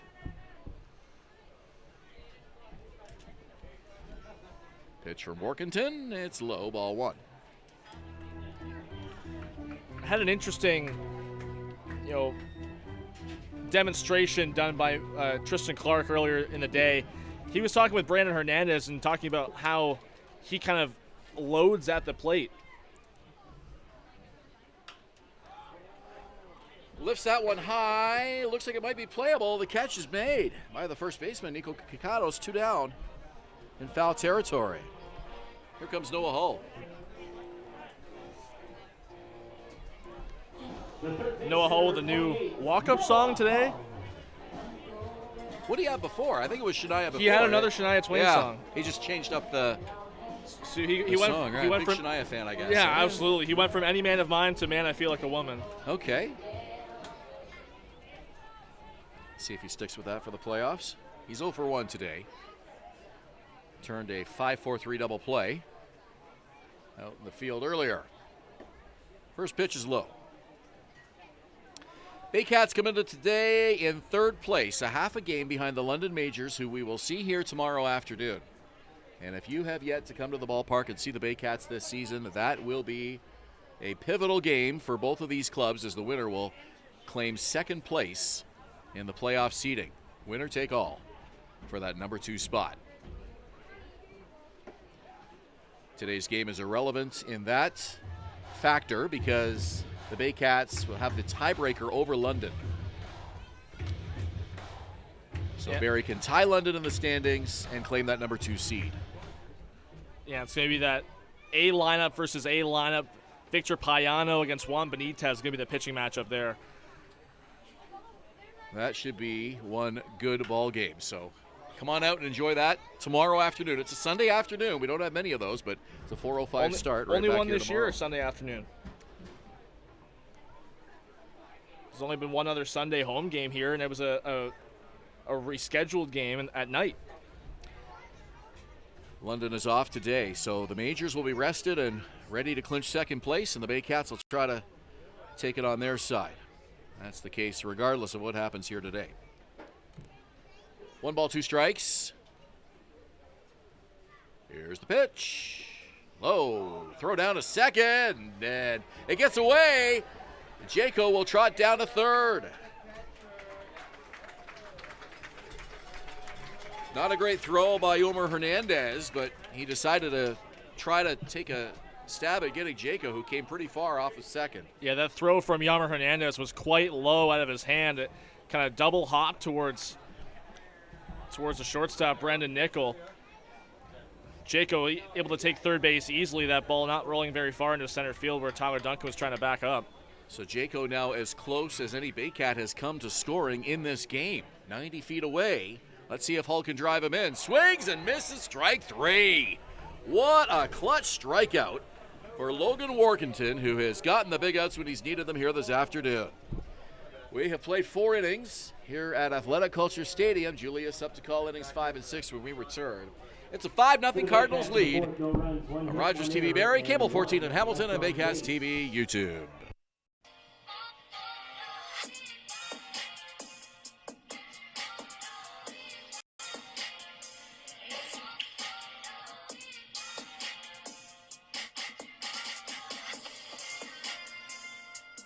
The Collingwood Brewery at 10 Sanford Fleming, producing delicious lagers, ales, and seltzers since 2014. The proud home of the Baycats Brew. Check out their retail shop and tap room, and select products at the LCBO, beer store, and grocery stores. Cheers, and go Baycats! What if a thrift store could change lives? Barrie Families Unite is making it happen. Essential needs support for those families in our community who need it most. Charity gives. Dignity empowers. Join us this summer at the Baycats Summer Baseball Camp.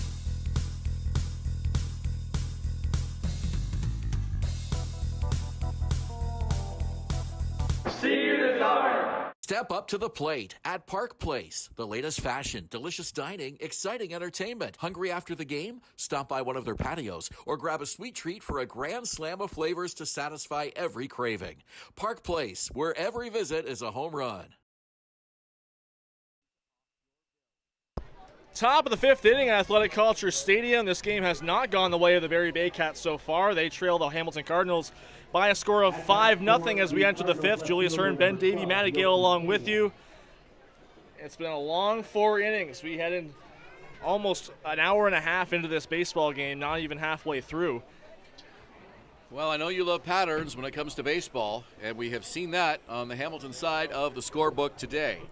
The first and third innings took seemingly an eternity. The second and fourth innings very quick, and a big double play helped speed up the fourth for Chris Nagorski. So if history's told us anything, this inning is not going to be a short one. Get comfortable. It's all yours. 5:30 p.m. I turn the broadcast over to you, my friend. 2-0 count to start off. Chris Nagorski to Yoki Pena, the left fielder, number 5 hitter. The Pena, Kakados, and Yammer Hernandez. That one called a strike. Pena has power at the plate, but he's been getting it done small ball today. A walk, a bunt, scored a run, showing off his speed.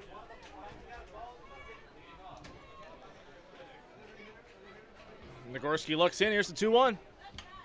A little flare out in the left field. Jammed Pena a little bit. It's going to get down for a base hit.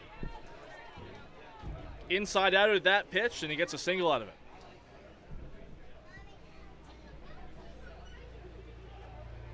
Well, 2 innings in a row now that the Cardinals have had the leadoff man aboard, but surprisingly, the first 3 innings, Baycats were able to get that first out of the inning. 2 strikeouts by Dominguez in the first and in the third, and then a ground ball from Hernandez to start the second. Well, back in the fourth inning, it was an error by Hayden Jacob that allowed Duncan to reach base. First pitch from Nagorski to Kakados is outside. Nagorski had some trouble with the bottom of the order in the third when he took over for Rosado. We'll see how he does here. Kakados was the last batter that Rosado faced before he was pulled from the game. Nagorski came in after that, allowed a walk and a single, but is retired. And when you can't get those 7, 8, 9 hitters, that really creates some problems, because then you roll it back over to the top of the order, and everybody knows what Tyler Duncan and Brandon Nickel can do. And they've been scorching hot at the plate here today. The lead from Pena at first, the throw back. He dives back in safely. But even when you look at Carlos Dominguez, 2 for 3 yesterday, a couple walks. He was kind of the star of the show last night in their win against Guelph. A couple stolen bases in that game, too, that were key to getting some runs across for Hamilton. But 0 for 3 so far today. Runner goes, the 1-0 pitch is a swing and miss. The throw down to second, in time. Plumpton catches Pena stealing, and a big first out for Chris Nagorski. Oh, Plumpton's arm has been tested all afternoon behind home plate, and he uncorks another laser throw right on the mark. And that time he's able to get Pena, who's now 4 for 9 in steal attempts this season. Plumpton's throws have been getting better all game long. The more that the Cardinals attempt steals on him, his throws have gotten better, and he finally nails one for the first out of the inning. 1-1, another cut and miss from Kakados. Nagorski dialed that one up a little bit on the fastball. Had some pretty good velo.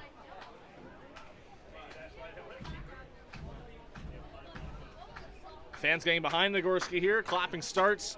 Here's the 1-2. On the ground, catches Noah Hull off guard. It gets by him in the left field. It's another base hit for the Cardinals against Nagorski. Hard hit ball. Back-to-back singles. Pena and Kakados now. Cardinals making some good contact off Nagorski here. Hull had to go over to his left and kind of got spun around a little bit, got by him. Didn't look like he had that far to go, but didn't get an early enough first step.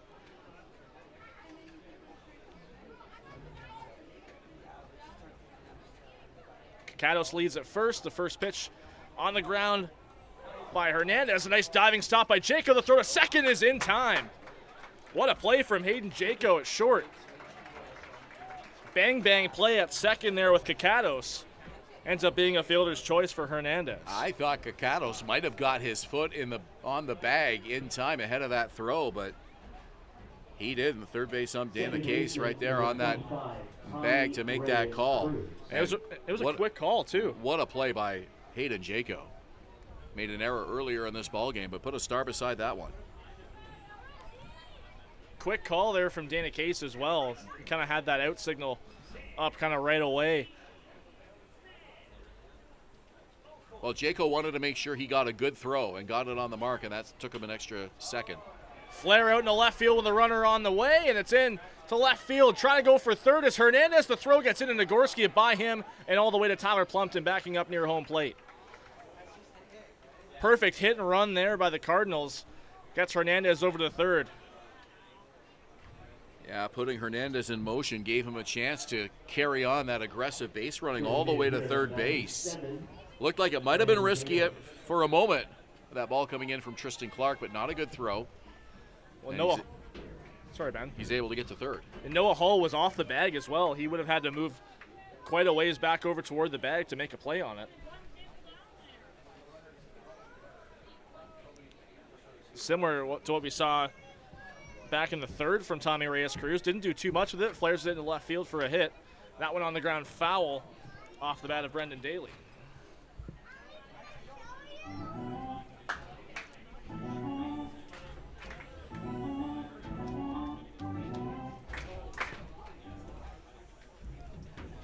Nagorski's had a base runner on all inning long.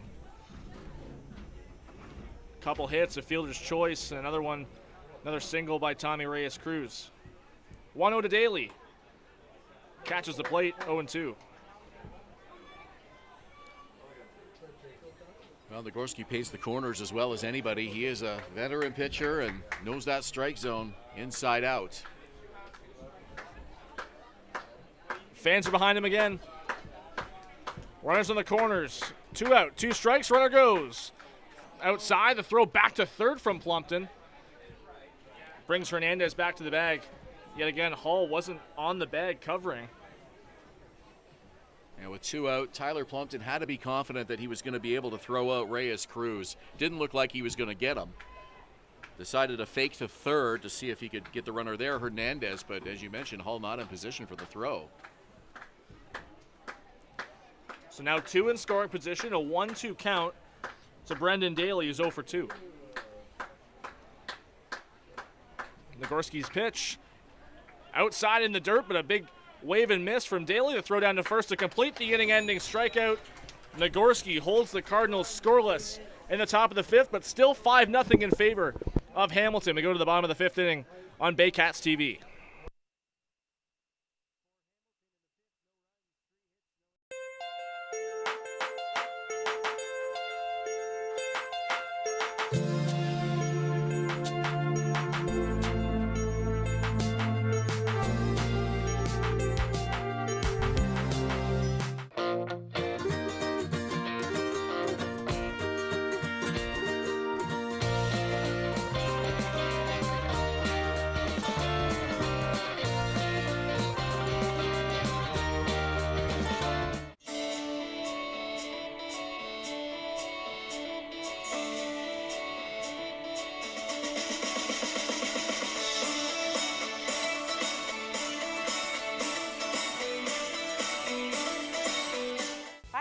Fans from 400 Chrysler and Barrie Chrysler Dodge Jeep Ram. This year, we are the community partners of the Barrie Baycats.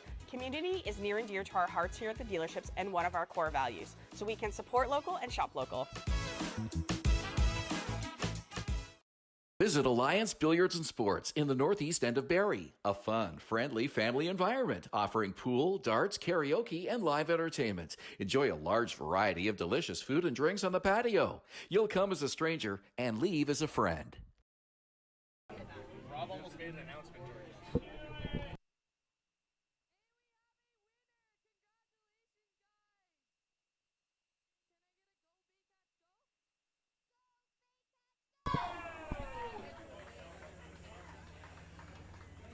We head to the bottom of the 5th inning here at Athletic Kulture Stadium in Springwater Township. It's brought to you by One-Eyed Jack Barrie. Bring your same-day Baycats tickets before or after a game and get 10% off your bill. Bottom of the 5th inning, Athletic Kulture Stadium, 5-0 Hamilton over the Barrie Baycats. Clayton Keys to lead it off for the Baycats against Logan Workington going into his 5th inning of work. Longest outing could be for him this year. Got into the 5th, his last outing, his first start of the season. This is his second start. He's only allowed 2 hits. 4 shutout innings wouldn't surprise me at all if they leave him in and just see how deep into this ball game he can go. Cardinals bullpen has been quiet all afternoon. First pitch to Keys, the former Cardinals in the dirt. How many former Cardinals do we have in this game? Johnston, Groves, Keys. There's 3. If Ramon Henriquez ends up pitching. There's 4. Yeah. That's all I can think of top of my head. Nagorski didn't pitch for the Cardinals, No. did he? No. Went for Barrie. Oshawa, Guelph, Toronto. Oshawa, that's right. Boy, that tells you how long he's been in this league.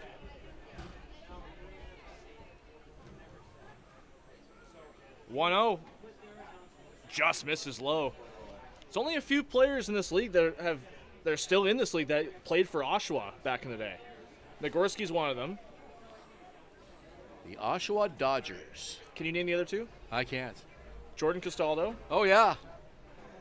Another one in the dirt from Workington, and Marcus Connect. Okay, I did not know that.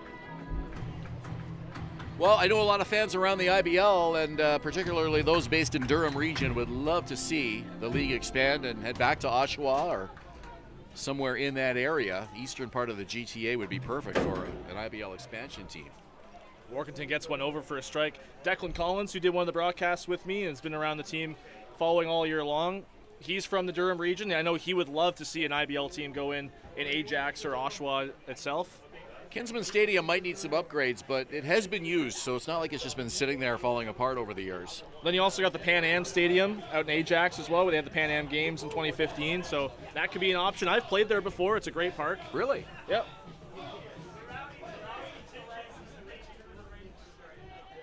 Just need a bit more seating there, I think, since the last time I've been there. Full count. Here's the 3-2 from Workington. Flown out to center field. Coming in is Tyler Duncan. He makes the easy catch on his former teammate, one down. 2 fly balls to center field from Clayton Keys this afternoon. This Baycat lineup has been very quiet. 3 through 9. None of them have reached base. Only 2 hits off the bat of Hayden Jaco. And no walks from Workington, too. He's been very efficient so far in this game. The breaking ball has really worked for him. I know this isn't the Baycats A lineup here today, but certainly manager Josh Matlow was hoping for more through the first half of this game. There's a drive into left field, a dive from Pena, and he makes the catch. What a catch from Yoki Pena out in left field, robbing Andrew Johnston of a base hit. An outstanding catch, and I know you wanted to hold off and just wait for the confirmation from Dana Case on that. He came a long way and made a diving grab. That liner was sinking and sinking. Pena got that just before it hit the ground. This outfield from Hamilton has been fantastic defensively all year long. Pena, Duncan, and Dominguez out and right. 2 out now. It's Tyler Plumpton takes the first pitch strike. Well, those first few steps that you take as an outfielder when that ball leaves the bat can make all the difference on a play like that. Laser quick speed to get to that ball. 0-1 on the ground. That's up the middle and through for Tyler Plumpton. It's a base hit for Barrie. Might have caught a piece of Workington's glove on the way by. I think he was trying to just maybe see if he could knock that down, but that was a scorcher off Plumpton's bat. Tyler Plumpton may not have a lot of hits to show for his plate appearances as of late, maybe the last 3-4 games, but he's hit the ball very hard. He's had some scorching lineouts over his last couple weeks or so out to left field, center field. But that seems to be the go-to. A lot of his hits have really been up the middle, and that's kind of showing how good fundamentally that he's been this year. Just the 3rd Barrie hit so far today. Justin Groves swings and misses at the first pitch. Just 2 hits on the season for Justin Groves, 1 while he was with the Cardinals and 1 with the Baycats, his last appearance.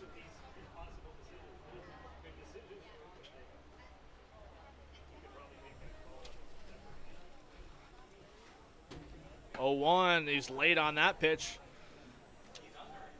Looks like a 2-seam fastball out of the hand of Workington. Had some movement in the zone.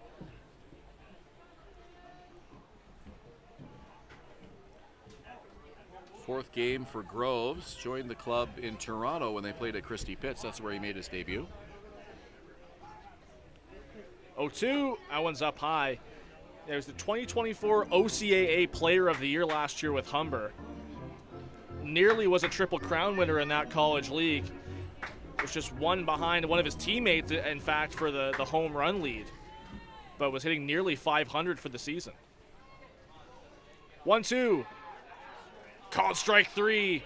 Groves goes down looking, his second K of the day, and Logan Workington gets through 5 scoreless, and his team leads it by a score of 5-0. We go to the 6th inning. You're watching Baycats TV, Cable 14 in Hamilton, and Rogers TV in Barrie.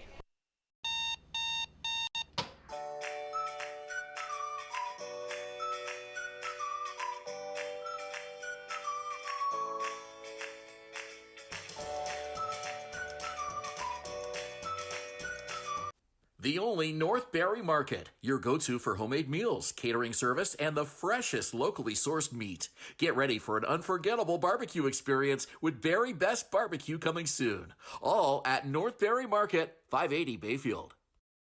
Thinking about doing a renovation but don't know where to find the best prices and quality?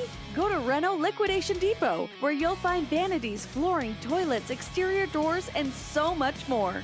Visit Reno Liquidation Depot today.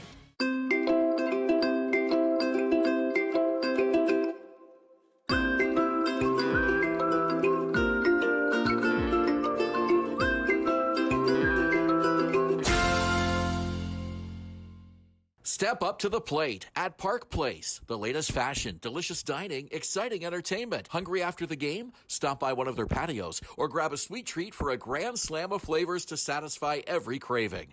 Park Place, where every visit is a home run.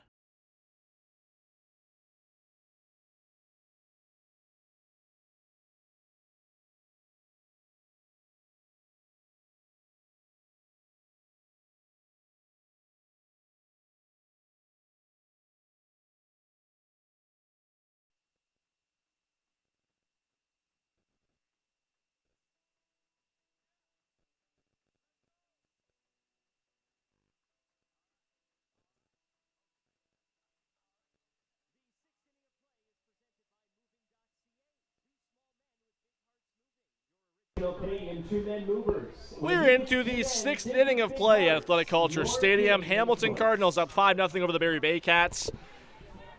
Second to last game for both these teams this regular season. Julius, Hern, Ben, Davy along with you. Matty Gale as well, working the sidelines for us this afternoon. Adam Kahn now out in relief of Chris Nagorski, who went nearly 2 innings. First pitch is bunted. Kahn has to make a play on it. The throw over to first is not in time. Leadoff bunt single. Perfectly placed bunt. The Cardinals have been doing it all afternoon, and no fault of Kahn's on that one. He got off that mound in a hurry, fielded that ball, and no way that even the best throw possible would have been able to get the speedster Dominguez. Boy, the Cardinals have been bunting all day on these Baycat pitchers. It seems to work for them. They can take advantage of the defense like that. Kahn getting kind of thrown into the fire here with the top of the order. Dominguez on first. This is Tyler Duncan. First pitch to him, fouled away. Well, Nagorski came into this game earlier than planned, as Rosado was unable to get through the order 2 times. And bringing Nagorski in earlier creates a situation here where they need somebody else to get through these middle innings, and it's going to be Adam Kahn. Certainly Josh Matlow doesn't want to empty his bullpen today, heading into the London game tomorrow, which will be the most important game of the season so far. Throw over to first. The tag, not in time. Just barely getting back with a dive is Dominguez. Kahn looking in at the umpire. I think he thought he beat him with that throw. Macabrota had the tag right there. And Dominguez was leaning. Not sure if he was going to go on that pitch, but he was definitely leaning the wrong way. Dominguez hasn't tried a steal in this game. He had 2 stolen bases last night in Hamilton against the Royals. He is the biggest threat to steal that they have, and he goes. He goes, the throw from Plumpton. It's a good one, and it's in time. Perfect throw from Tyler Plumpton. Well, have an afternoon, Tyler Plumpton. 2 runners now that he has thrown out at second base. None better than that one. And you have to make an absolutely picture-perfect throw to get a guy like Carlos Dominguez, and he's coming off the field gingerly. Yeah, you can tell his strides are quite short. Here comes Luis Bernardo to kind of check on him.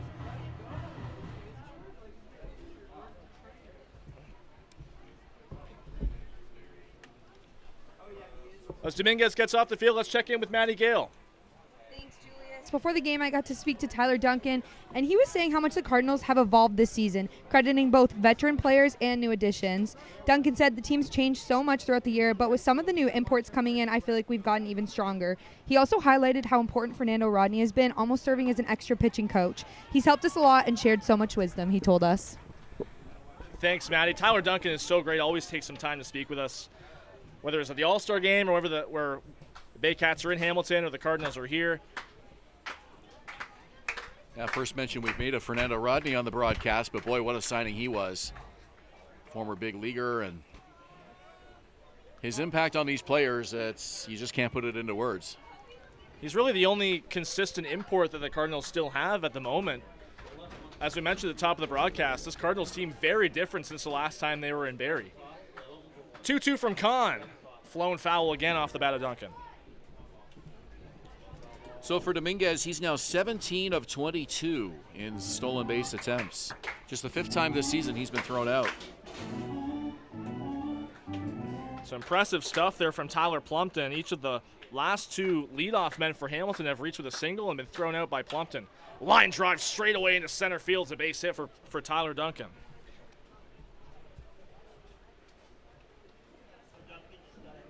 First hit of the game for him, as I mentioned earlier, is on base streak now up to 10 games. But he's been on base every time he's appeared at the plate. A couple walks, reached on an error, and now a single to center. And you know for sure he'll be a threat to steal. Seems like most of these Cardinals are. So Plumpton threw out Pena in the 5th, and he threw out Dominguez in the 6th. Duncan has 2 stolen bases already in this game. First inning and third inning when he reached on a walk each time. Doesn't go this time. There's a drive out to right center field. This one's going to get down. Could be extra bases for Brendan Nickel. Duncan all the way to the third. He's going to get the wave home. The throw in to Justin Groves. It's an RBI double for Brandon Nickel. 6-0 Hamilton. Nickel with a team-leading 12 doubles for the Cardinals now. And that is what he does so well. Finds those power alleys. Third baseman number 6, Jaden Brown. Second right double. in the gap between right and center, Julius. Perfectly placed ball. Second double of the game for him.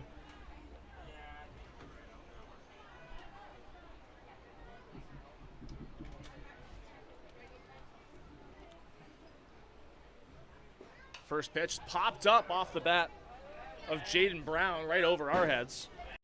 I was going to make a comment on Tyler Duncan because he has 6 stolen bases this season, and I feel like with his speed he could have more if he was more aggressive out there. But when you got Brandon Nickel hitting behind you in the lineup, it doesn't put as much pressure on you to have to steal second base all the time. And this team loves to hit and run as well, so that's the other thing they've done well. That one up high on Brown. Well, here's the thing. Tyler Duncan leads the league in extra base hits. So very often he's getting up to second, maybe even third base, and not having really those opportunities to steal second base. But he is a perfect 6 for 6 in stolen base attempts. 1-1. Kahn to Jaden Brown. That one's on the ground to second. Justin Groves, high hop. Throwing to first is in time. 2 down. Nickel moves over to third.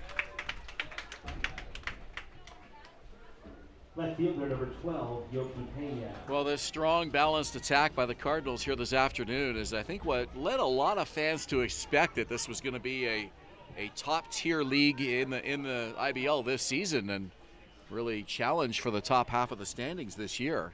They come into today's game 20 wins, 20 losses, so just struggling to get back above 500, but this is the kind of attack that I think fans expected to see from this club.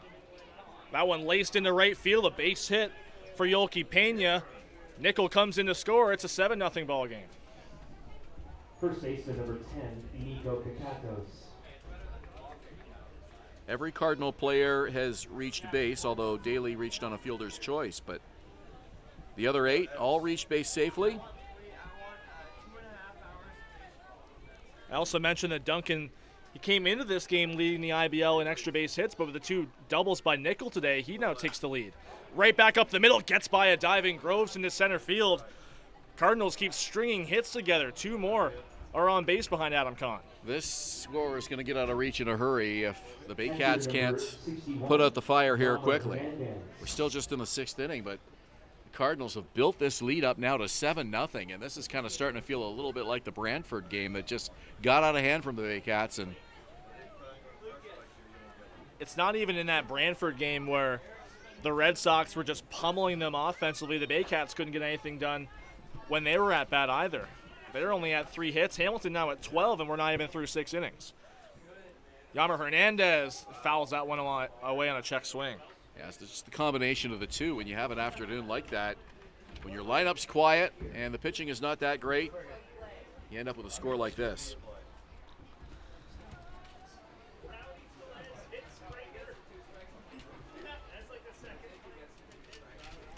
Wind starting to pick up here at the ballpark. Blowing my notes all over the place here. I'm like holding on for dear life right now on my scorebook. Now, normally I have my papers in these plastic, paper holders, but I didn't do that with all of my notes today, so gotta make sure everything's weighted down here. I started out this year printing out a lot of stuff, and now I've kind of tried to minimize myself. Being the eco-conscious broadcaster that you are, I admire that. Swing and a miss from Yammer Hernandez. He goes down swinging. Strikeout brought to you by IMP North. Kahn gets out of it, but not before he allows 2 more. The Cardinals now take a 7-0 lead into the bottom of the 6th inning. You're watching Baycats TV, Cable 14 in Hamilton and Rogers TV, Barrie. Danielle May Real Estate, supporting the Barrie Baycats and ready to help with all of your real estate questions. What is your home worth? Should you sell now or wait? Danielle is dedicated to your success. The next time you think real estate, think Danielle May.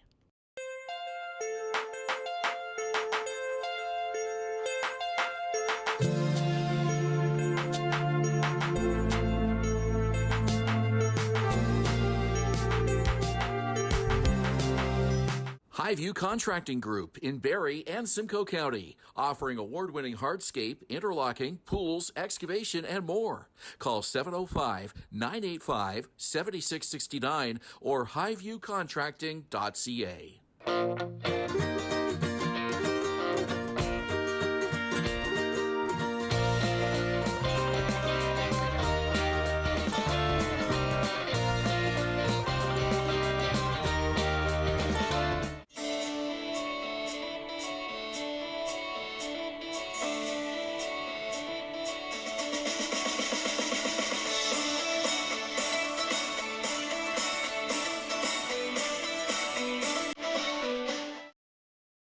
Birthday, Harvey. Thank you so much for celebrating your special day with the Barrie Baycats.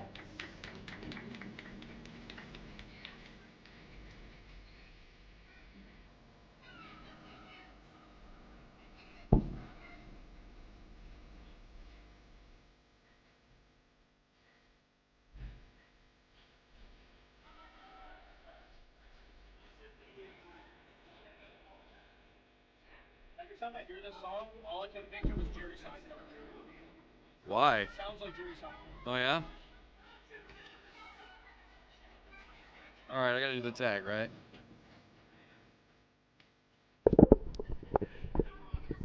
Okay, we go to the bottom of the 6th inning at Athletic Kulture Stadium. It's brought to you by Moving.ca. 2 small men with big hearts moving. Your original Canadian 2-men movers. When you think 2 men, think with big hearts. Your Canadian choice. Baycats have a tall hill to climb, a 7-run deficit over the Hamilton Cardinals, but could be some light ahead. New pitcher in the ballgame for Hamilton, Drew Mainprize, the lefty. First pitch to Noel McGarry Doyle's up high. Second lefty in the game now for Hamilton after 5 scoreless innings from Logan Workington.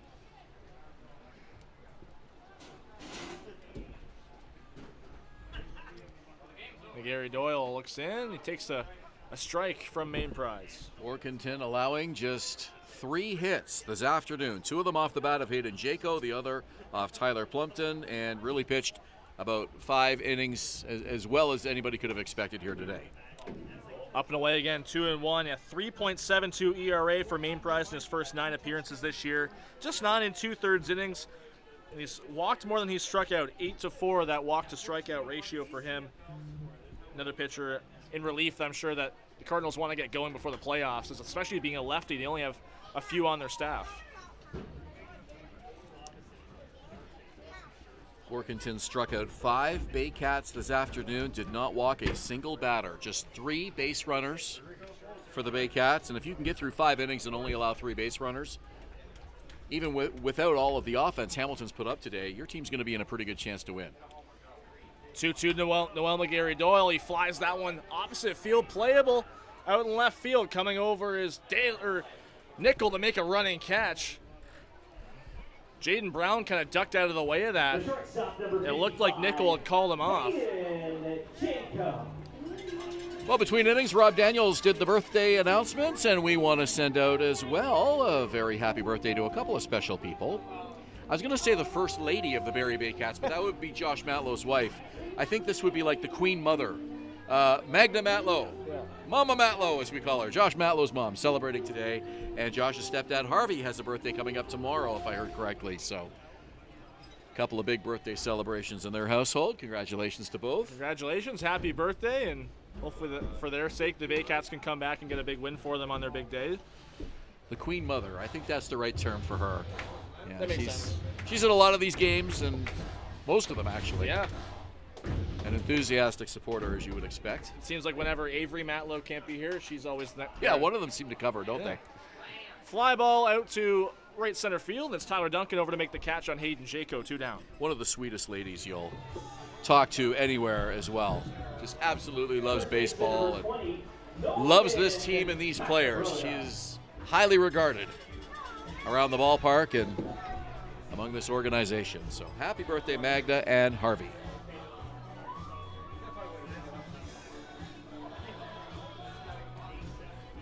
Nolan Macabrota steps in, 2 down here for Drew Mainprize in the 6th inning. A big shift here on Macabrota, large hole towards that third base side. It takes a first pitch strike. Brendan Nickel basically playing right up the middle at shortstop. Yeah, you don't see that often, do you? No, they're expecting a pull here from Macabrota. He does pull it. Second baseman Tommy Reyes-Cruz scoops it up and throws Macabrota out to end the inning. Clean 1-2-3 6th for Drew Mainprize. It's still 7-0 for the Cardinals. Ben Davy back on the mic to call the rest of this one for you. You're watching Baycats TV.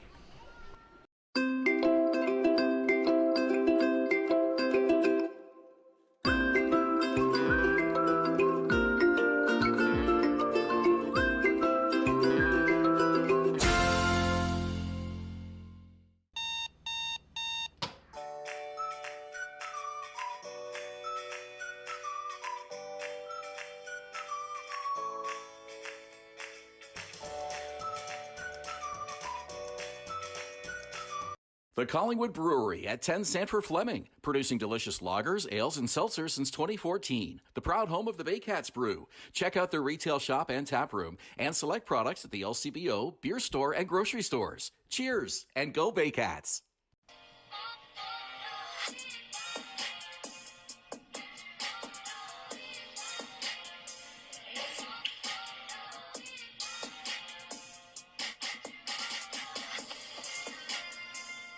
What if a thrift store could change lives? Barrie Families Unite is making it happen. Essential needs support for those families in our community who need it most.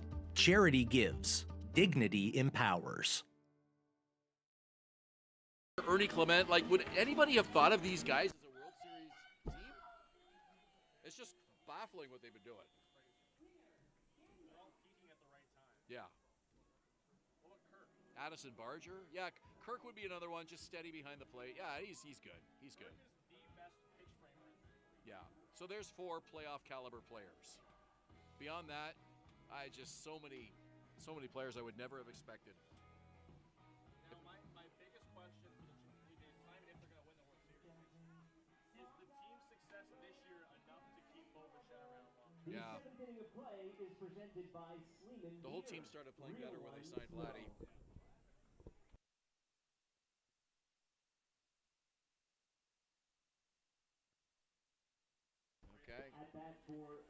Top of the 7th inning. Ben Davy, Julius Hern, Matty Gale on a sweltering hot Saturday.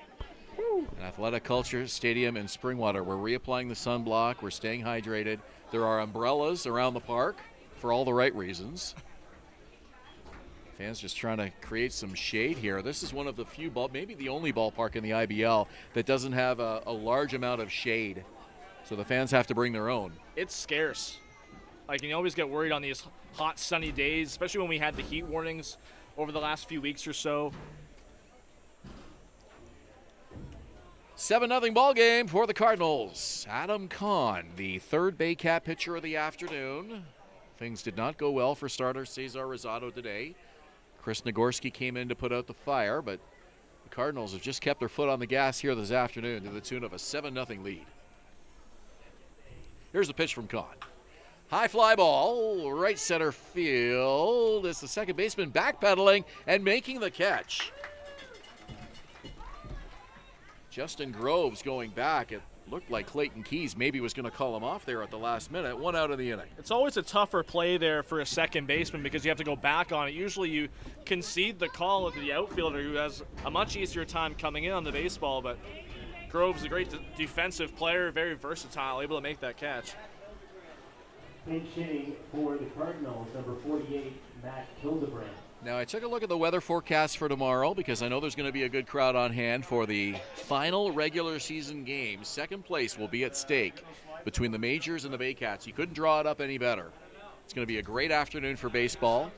We are looking at some shower activity around midnight, possibly some thunderstorms, but that's expected to clear out in time for first pitch. So, and the temperature is going to drop about 10 degrees. So we could have just an immaculate, picture-perfect afternoon for baseball tomorrow. Let's hope so. You couldn't have said it better. You couldn't draw it up better. The Yeah. Teams that played in the semifinals last year, it was down to these two teams last year for the number 2 seed at the end of the regular season as well. Swing and a miss. Yeah, this is Matt Hildebrand pinch hitting for Brendan Daly in the number 9 spot. Daly was 0 for 3. Hildebrand, the veteran, in the DH spot, in the number 9 spot of the order. That pitch high and away. 1 out here in the 7th. Well, that would be a positive note for Barrie to take into their first-round playoff series, whoever they end up facing, is if they can nail down second place here tomorrow afternoon. Nolan Macabrota with a routine play, 2 down. So we know at this point, at least looking at the standings is how I interpret it, Hamilton and Chatham-Kent will play in the first round. It's just a matter of who's going to have home field. That's really the only thing Hamilton has to play for in this game. For Barrie, they could end up 2 or 3, and then below them, Kitchener and Toronto could flip-flop between 7 and 8. So it's really up in the air. And you got Guelph in there as well, right? Yeah, Guelph's kind of in place at 6th. So they've locked into 6th. So 7-8 is up for grabs. 4-5 is up for grabs. 2-3 is up for grabs. There's going to be a lot of channel surfing in the next day or two here on YouTube, as fans anxiously anticipate these first-round playoff pairings. Hits the roof above us. It's coming down and off the bare hand of a fan. He reaches under the table and grabs it. Well done, sir. Gentleman carrying an umbrella. Looked like he was about to leave the ballpark. I know, right? He's leaving with a souvenir. He gives it to his son. Love seeing that. So taking a look at the out-of-town scoreboard, this is the only game this far in. Welland and Chatham-Kent in Welland just getting underway in the first inning. Down the third base line, foul. Meanwhile, Brantford is at Toronto at 7:30 and Kitchener is at Guelph at 7:30. London Majors off today, so they will be well rested for tomorrow's decisive second place contest. Yeah. 3 games on tap tomorrow. 2 of them at 2 o'clock. Hamilton is at Brantford, and then Welland is at Kitchener, and then the 4 o'clock start between London and Barrie right here. No balls, 2 strikes, 2 outs. Here comes the crowd behind Adam Kahn. Lines and delivers, and it bounces up to the plate. That one was just spiked into the hand of Adam Kahn. Not much that Tyler Plumpton could really do there. He still got in front of it even with nobody on base, but release point just wasn't there for Kahn. Might have been a slider in the dirt to see if Dominguez would chase, but now a 3-2 count. He's going to have to give him something good here. Here comes the pitch. And it's a line drive to center field for a base hit. Dominguez aboard for the second time today. was that kind of pitch right there that Cesar Rosado really had the edge on Dominguez earlier in this game, but Dominguez has since caught on from seeing it out of the hand of Chris Nagorski earlier on. He got a base hit off him, and now Adam Kahn. You got to imagine now how wary Dominguez is going to be on the base pass after being thrown out by Plumpton last inning. He has been the most aggressive on the bases for Hamilton this season by far. Would not surprise me to see him go here, even with 2 outs. The Cardinals have been aggressive all afternoon and creating opportunities for themselves. Bunting, stealing, hit and runs. Yeah, he has 19 steals this year. I don't think anybody on Barrie's even attempted that many. No. You could argue the whole team is, well, if I take a deep dive there, the whole team might not even have attempted that many steals this year. The departure of Canisijo, and there's really nobody who has stepped up and filled that spot for the Baycats on the bases. This one through Plumpton's legs and all the way to the backstop. Dominguez won't have to steal here. Wild pitch, he's at second, 2 out.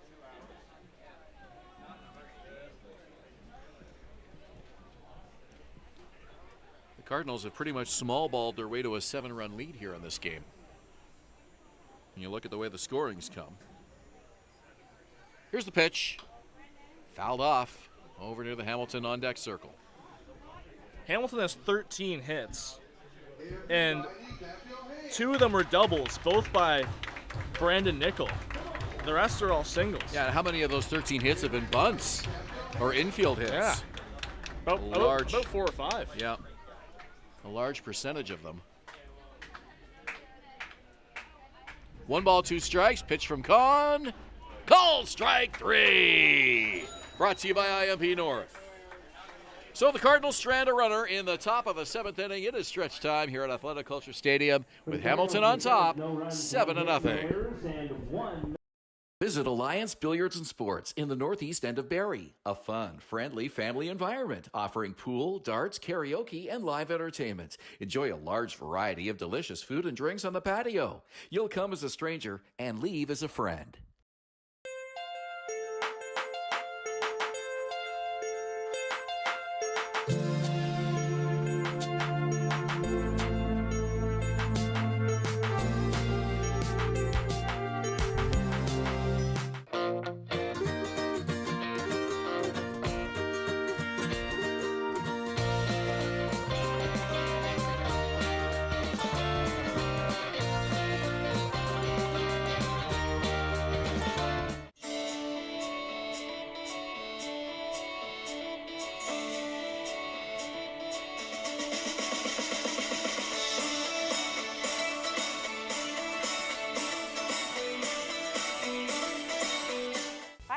Fans from 400 Chrysler and Barrie Chrysler Dodge Jeep Ram. This year, we are the community partners of the Barrie Baycats. Community is near and dear to our hearts here at the dealerships and one of our core values, so we can support local and shop local.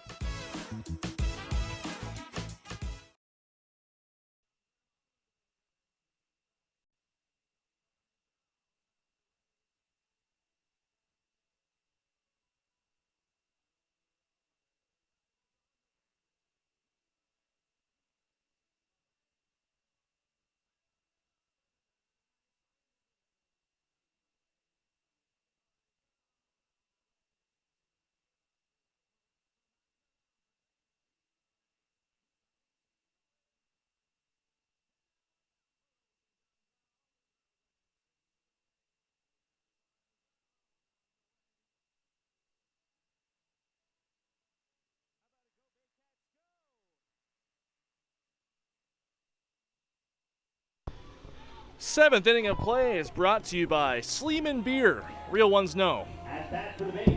7-0 Cardinals. The final regular season matchup for Barrie and Hamilton. They are 2-2. So today's victor will take the season series. Looking good for the Cardinals so far. The 2 games Hamilton won were both close, low-scoring games. How ironic is that? They won 3-2 over the Baycats on May 30th at Bernie Arbor, and then 2-1 the very next day here in Barrie. So 2 one-run wins. And today a 7-0 blowout over the Baycats. And The last time these teams played each other, it looked like it was going to be a Barrie win late in the game. Baycats had a 4-5 run lead going into the ninth. A lot of defensive mishaps blew it, but the Cats took it in extras in Hamilton. And that game very much in contrast to this one because Cesar Rosado had 7 shutout innings in that game. Well, a definite possibility for a second-round playoff matchup between these clubs if they can advance. They won't see each other in round 1, but it would be interesting if they meet again. 1 ball, 2 strikes. This is Tristan Clark. Main prize for a second inning of work. Puts that one low. They appeal, and he did not go. So the at-bat will continue for Tristan Clark. So a reminder, Julius, Maddie, and I will be right back here, 4 o'clock tomorrow. Not often we have 2 games in 2 days, but we will be here for Sunday afternoon's matchup with the London Majors. But better yet, get a ticket. Go to BarrieBaycats.com and come on out and join us. Line drive left field, base hit. Tristan Clark is aboard. Tristan Clark needed that. He'd been struggling in this game, a 5-3 ground out and a foul out in his first couple at-bats. Just the 4th hit for the Baycats in this game. 1 for Clark, 1 for Plumpton, and 2 for Jaco. Hayden Jaco missed most of the season, so talk about fortunate to have him in the lineup today. You might only have 2 hits otherwise. 1 on, nobody out for Noah Hull. He has a fly out and a strikeout. Well, also the team hasn't drawn any walks either. Hamilton pitching has been so efficient in this game with both Workington and now Main Prize, both lefties.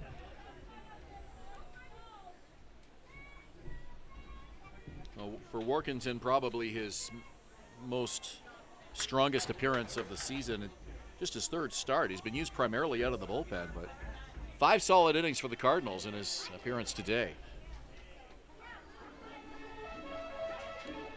1-1 the count to Hull.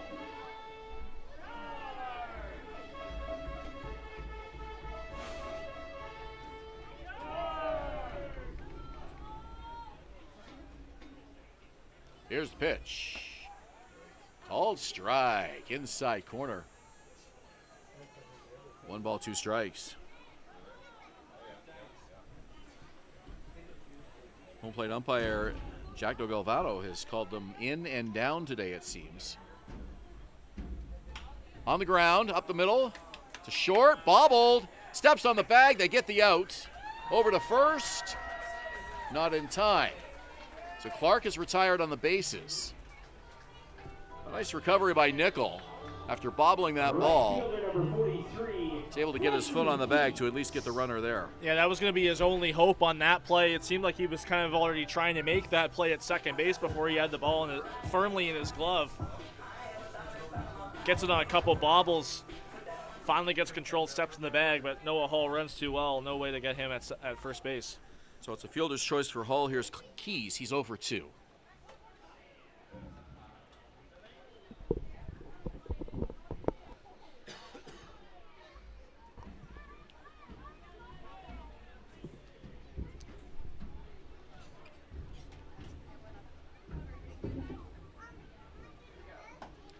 Even though this game doesn't impact standings or playoff positioning for Barrie, I'm sure manager Josh Matlow wants to see these bats come alive in the late innings here today, just to get this offense fired up for tomorrow's game against London.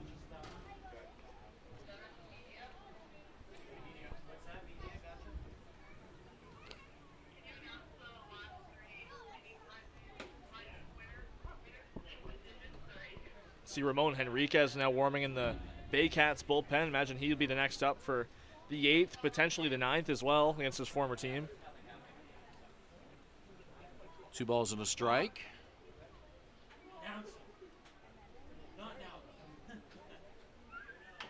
On the ground to third. Here's the throw across. That's in time for the out, 2 down. Nice strong throw by Jaden Brown across the diamond. Hold a second. Yeah, Brown had to kind of sit back on that and take his time. Bit of a high hop before it got into his glove, and set back. Great throw over there from third across the diamond.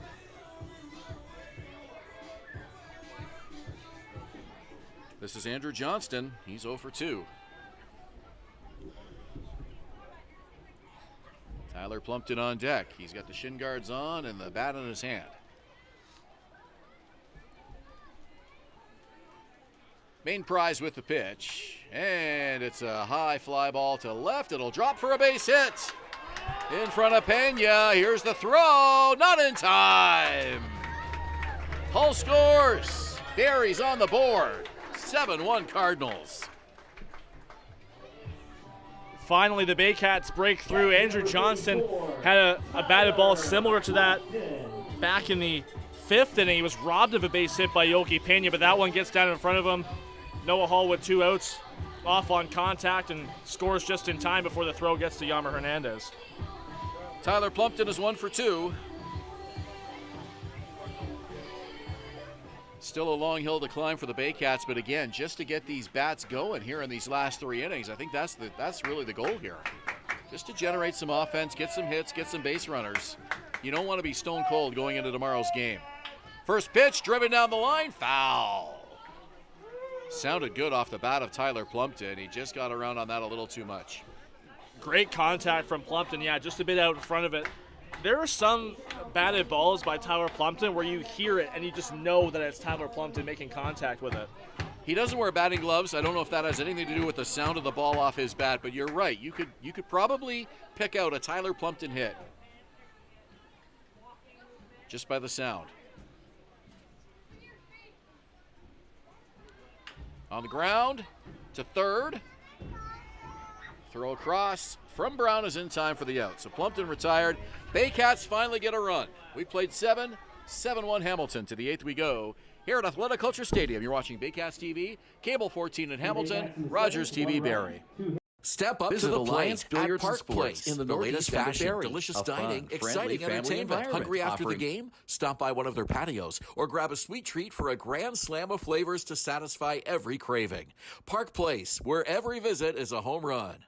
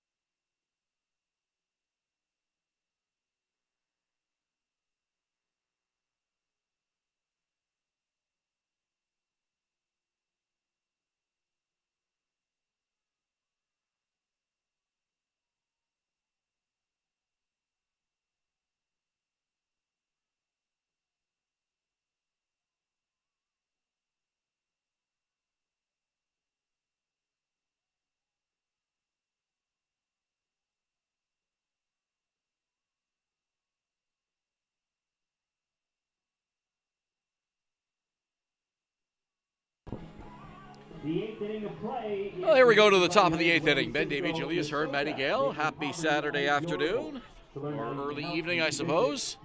Thanks for joining us here on Baycats TV, Rogers TV in Barrie, and Cable 14 in Hamilton. Barrie's 4th pitcher of the afternoon will be former Cardinal Ramon Enriquez. 4th former Cardinal for the Baycats to appear in this game. Kind of alluded to it earlier, how he could be the 4th former Cardinal.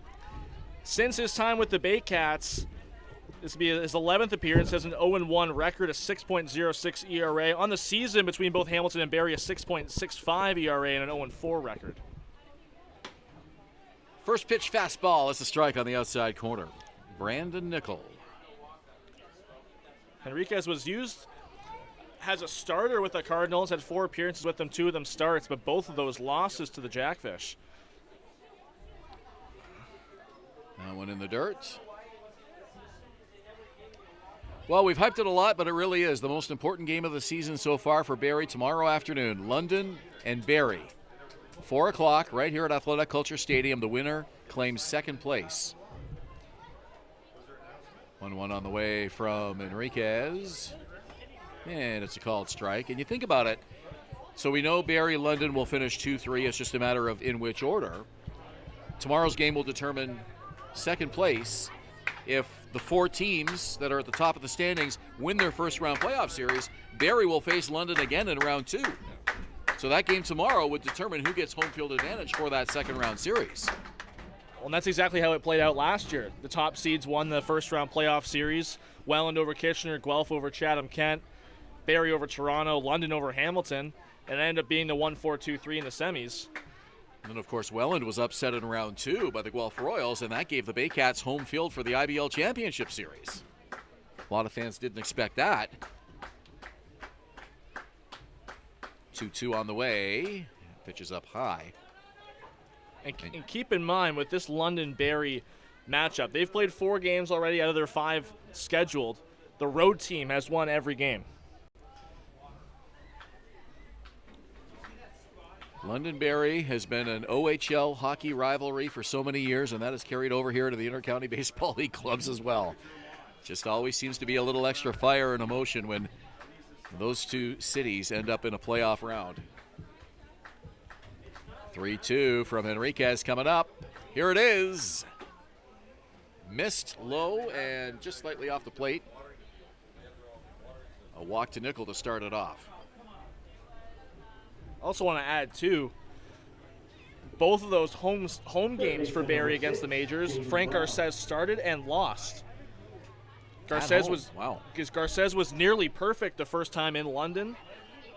Baycats ended up winning in 11 innings. Then Cesar Rosado started on Canada Day. Barrie ended up winning that game in what ended up being a nail-biter. And the majors have not faced Juan Benitez yet this year, and he gets to start tomorrow for Barrie.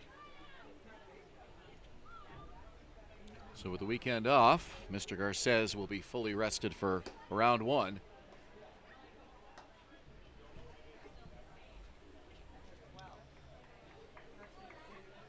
And again, question marks maybe with who your number 3 starter is going to be. I don't know.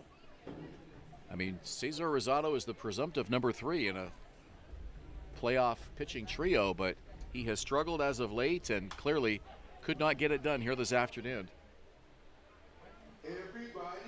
I'll correct myself. Benitez has pitched in relief against the majors this year, but they haven't started. Came in relief from Frank Garces the first time he pitched here against London. But to me right now, especially after today's start, you got to have Benitez as your number 2, right? Absolutely.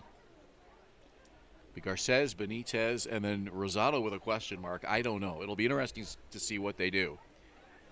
He is your presumptive number 3 starter. This one off the glove of Macabroda. He looks at his glove in disbelief.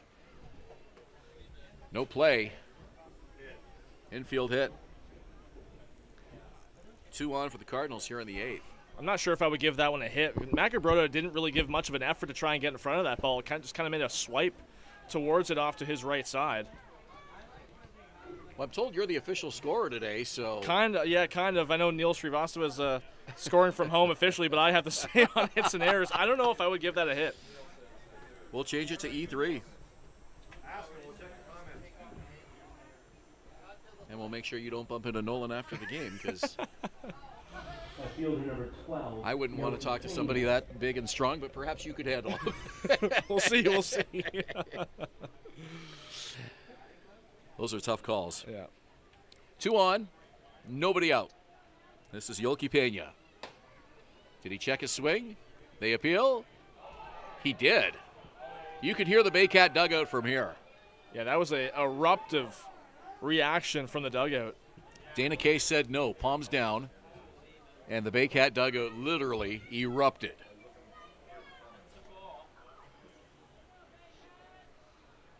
One-0, high and away.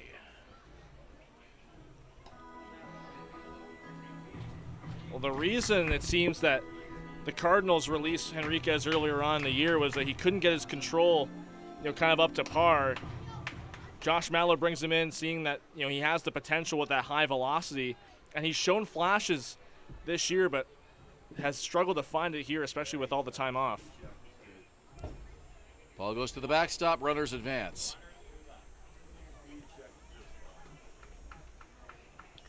Well, my question is, I guess, if you don't have confidence in Cesar Rosado for Game 3 in the playoffs, round 1, what's the alternative?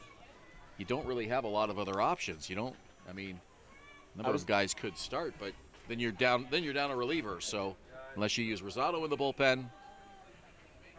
I was going to bring that up, too, because you don't want to start Sano. You need him in the back of your bullpen for these close games. You don't have Ethan Morris available because of his injury from earlier this year. He would have been the presumptive fourth starter, but he probably would have been off to school anyway. You don't want to lose Adam Kahn out of the bullpen. And same with Braden Pakla, because he's been so good in those high-leverage situations as a left-hander. It's almost like Josh Matlow's kind of backed himself into a corner a little bit with these kind of decisions ahead of the playoffs. That's a walk on 5 pitches. Pena's aboard, bases are loaded. Well, we know what Rosado can do. He was outstanding last season, 7-1. Team-leading ERA, set the franchise record for strikeouts. So the question is if he can figure out a way to do what he needs to do in the postseason. Certainly he's the man for the job. No question about if he can do it. The question is, will he do it? I guess that's the best way to put it. He won all 3 of his starts last year in the playoffs. Yeah, 10-0. This team ran the table. The pitching could not have been any better, Rosado included.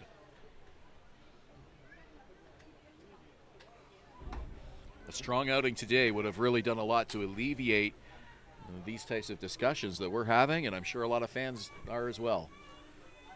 The only game in which a Baycats starter did not get the winning decision in the playoffs last year was Game 1 of the finals.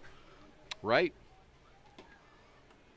Which went to the bullpen in extra innings, and Adam Odd's legendary walk-off home run. 1 ball, 1 strike. Katos has reached base 3 times today. 3 for 4.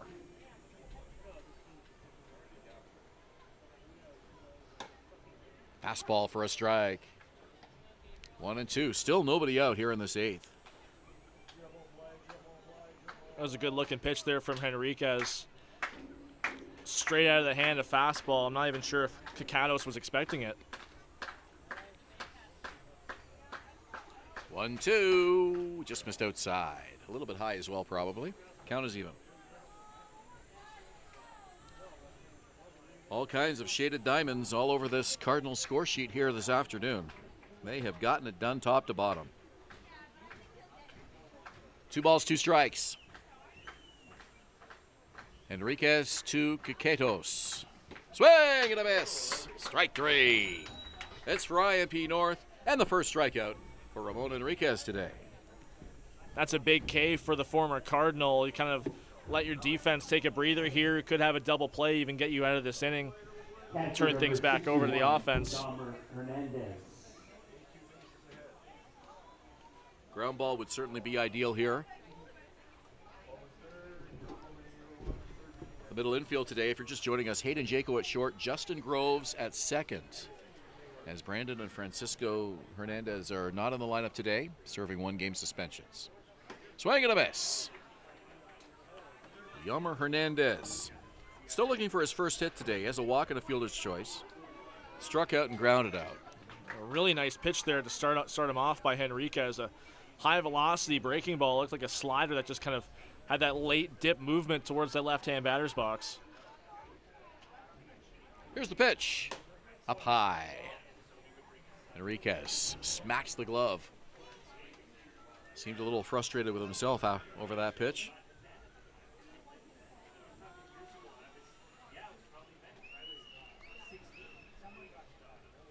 7 runs, 13 hits for the Cardinals. 1 on 5 for the Baycats.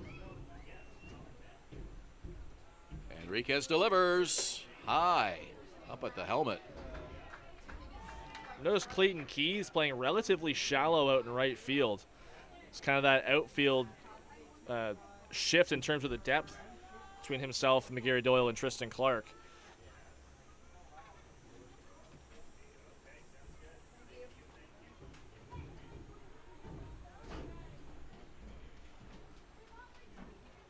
Two balls, 1 strike, 1 out. 6-run Cardinals lead. They're looking for more.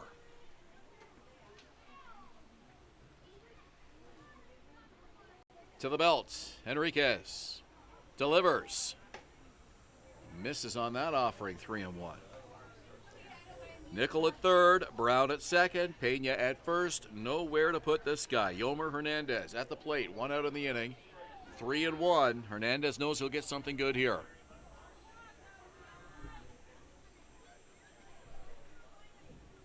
Runners lead. Enriquez looks in. Comes set. 3-1 pitch. Swing and a miss. And a full count. Looked like Hernandez was sitting fastball that whole pitch on a 3-1. Gets the fastball but couldn't catch up to it. Enriquez blows it right by him. Got what he was looking for. Let's see if he gets another one here. 3 balls, 2 strikes. Here's the crowd behind Ramon Enriquez. He is ready. Pitch on the way. Swing and a miss. Strike 3. Back-to-back strikeouts as Enriquez gets Cacados and Hernandez. And now Tommy Reyes Cruz comes to the plate. Number 25, Tommy Reyes Cruz.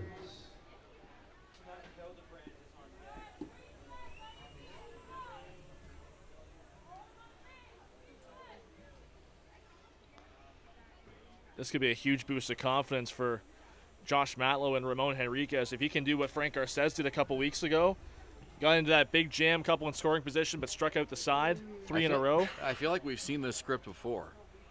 Walk, error, walk, and then back-to-back strikeouts.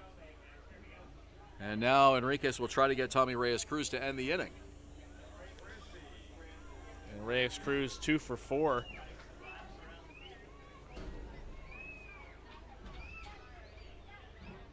The 1-0 pitch. Fly ball, left center. And Tristan Clark will make the catch. So how about that? The Cardinals strand 3 in the top of the 8th. Back-to-back strikeouts and a fly ball to get the Baycats off the field in the top half of the inning. We go to the bottom of the 8th.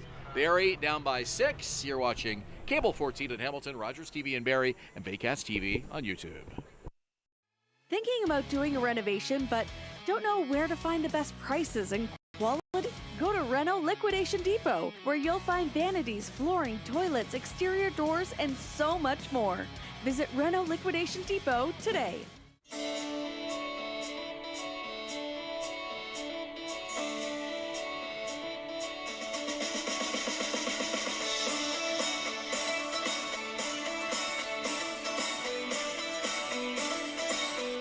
It's the 2025 IBL Home Run Derby and All-Star Game, hosted by the Hamilton Cardinals at beautiful Barrie Baycats Stadium. Watch the league's top sluggers crush moonshots in the Derby.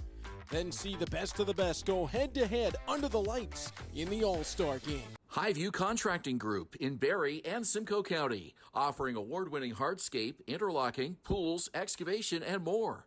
Call 705-985-7669 or highviewcontracting.ca. What if a thrift store could change lives? Barrie Families Unite is making it happen. Essential needs support for those families in our community who need it most.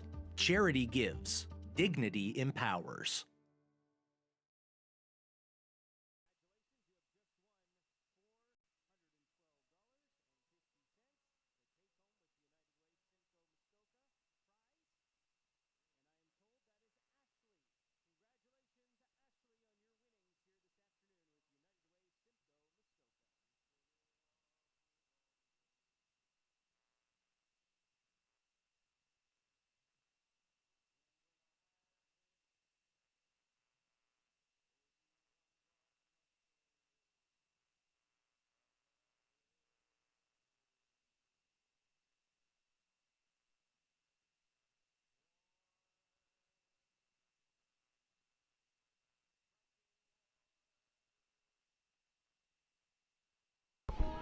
Eighth inning of play brought to you by United Way Simcoe Muskoka, making poverty unignorable. To learn how you can help, you can visit uwsimcoemuskoka.ca.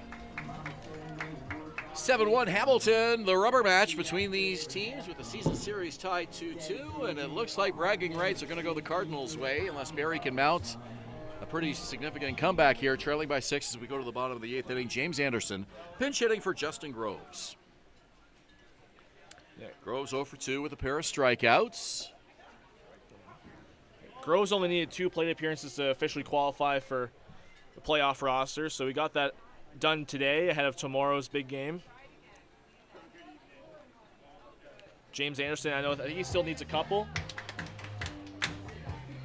But after last week's game against Kitchener, he knew that he was only needing to get a couple pinch hitting appearances to officially make the cut. 2 balls and a strike to him here.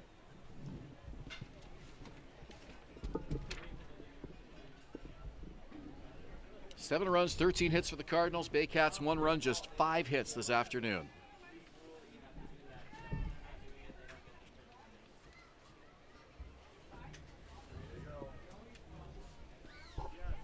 Pitch from Main Prize. Missed inside. This is Chris Boato, pardon me. Another lefty in the game.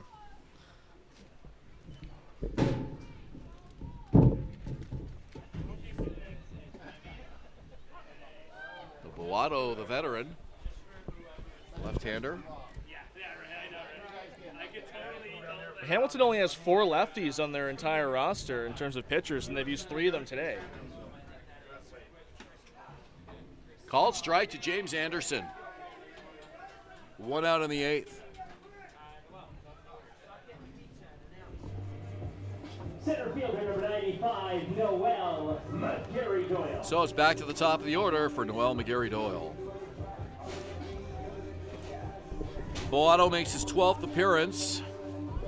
11 of them out of the bullpen. .540 ERA and an 0-2 record.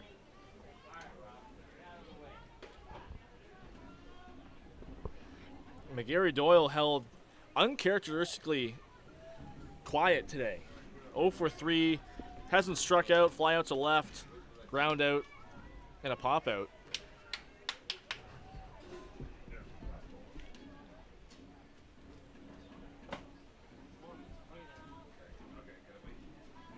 One ball, one strike. Here's the pitch. Little check swing on the ground to third. Here's the throw. It's in time for the out. Heads up play by Jaden Brown, who has been about as busy as they get at third base today.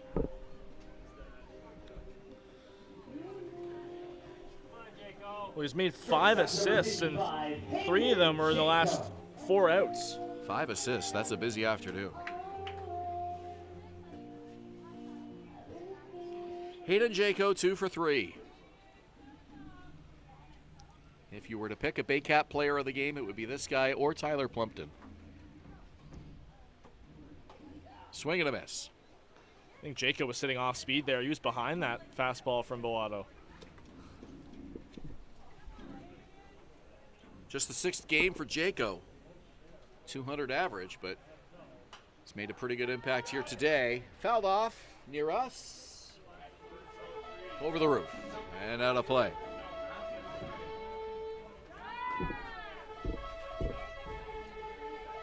Well, Baycats fans are truly incredible. 7-1 game on a scorching hot Saturday, and look how many of them are still here. They love their players, and they love this game. Game that has no impact whatsoever on the standings or the playoff rankings, and these fans just pure baseball fans. They just love being here. And you see how much fun the kids are still having down the first base line. It's really great to see. Where would you rather be, right? Exactly. It's just a great way to spend a Saturday afternoon, and they're going to get to do it again tomorrow in a game with notably more significance. This one behind the plate, and it just lands on the spectator side of the screen. Takes a high hop. Nearly bounced up here. Tough play for Hernandez, just against that screen, just waiting to see which side of it was going to land on. nearly straight up off the bat of Hayden Jaco. Very few of those here at this ballpark. There's a very, very gentle wind blowing in right now. Nothing really noteworthy, but 1-2 from Boato, and it's inside. 2 balls, 2 strikes. Well, if you recall, Boato got the final out of the Jackfish, their championship game here in Barrie a couple years ago. I did not recall that, but it sounds right. High pop up, it's in the infield. It's the shortstop calling for it, and taking it is Brandon Nickel. That'll do it. Baycats go quickly and quietly in the 8th. To the top of the 9th we go. Hamilton looking to add to their 6-run lead on Cable 14 in Hamilton, Rogers TV in Barrie, and Baycats TV YouTube. Join us this summer at the Baycats Summer Baseball Camp.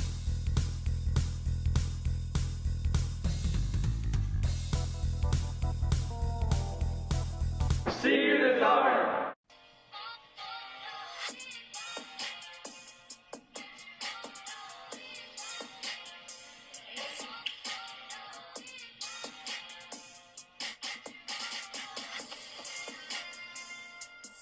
Visit Alliance Billiards and Sports in the northeast end of Barrie. A fun, friendly family environment offering pool, darts, karaoke, and live entertainment. Enjoy a large variety of delicious food and drinks on the patio. You'll come as a stranger and leave as a friend. The Collingwood Brewery at 10 Sanford Fleming, producing delicious lagers, ales, and seltzers since 2014. The proud home of the Baycats Brew. Check out their retail shop and tap room, and select products at the LCBO, beer store, and grocery stores. Cheers, and go Baycats!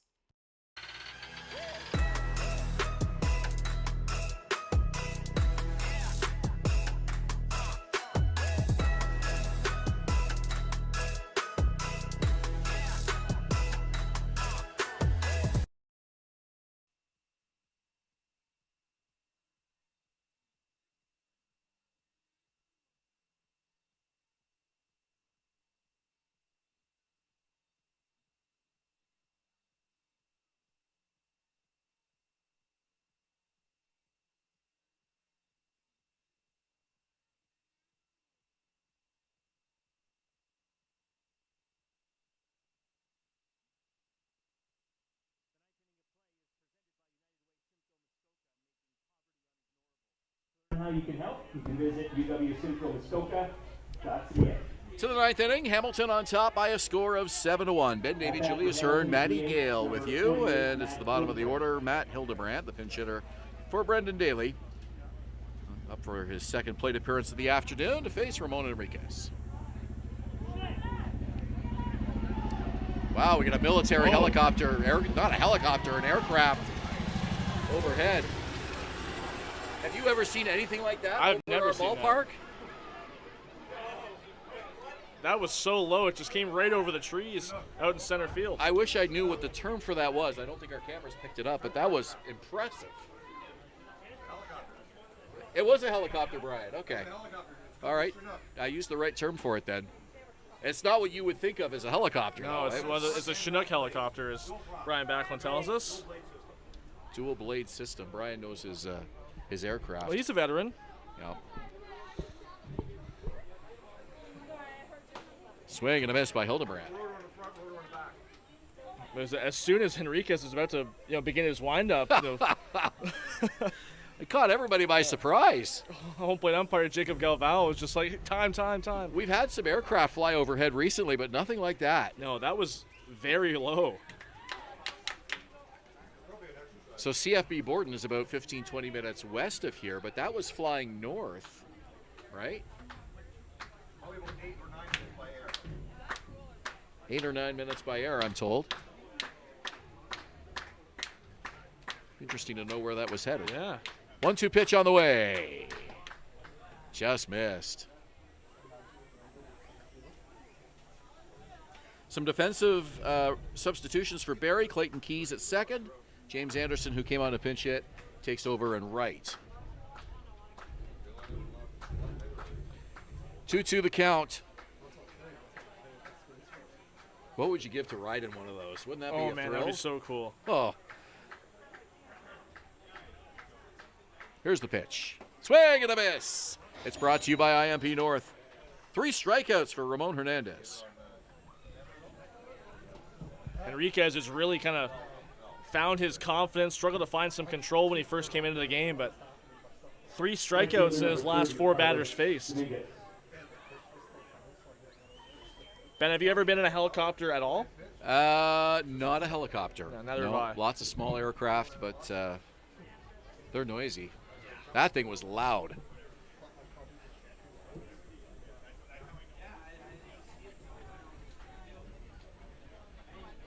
So we're back to the top of the order. Here's Carlos Dominguez, the right fielder.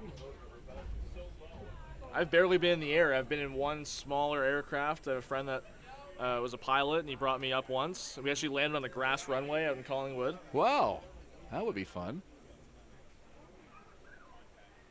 Swing and a miss. Dominguez chasing. And I've only been on 2 commercial flights.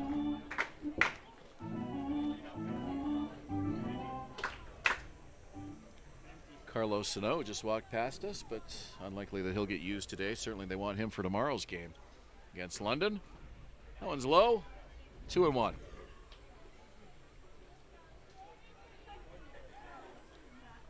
Baycats and Majors for second place. Winner grabs the number 2 seed tomorrow afternoon here at 4 o'clock. 2-1 pitch from Enriquez. Swing and a miss. 2 balls, 2 strikes. Last year, the Baycats claimed the number 2 seed in Brantford. They had their final game of the regular season in Brantford, an extra innings win in comeback fashion as well. Josh Cote came on late in the season, didn't end up playing in the playoffs, but he ended up being the hero in that game in extras.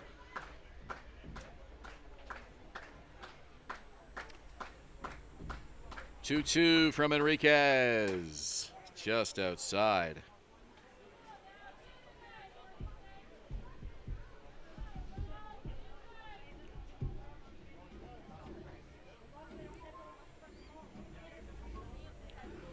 Dominguez was 0 for his first 3. Then he reached base on a bunt, got caught stealing, singled. Didn't get any further than second, though, on a wild pitch.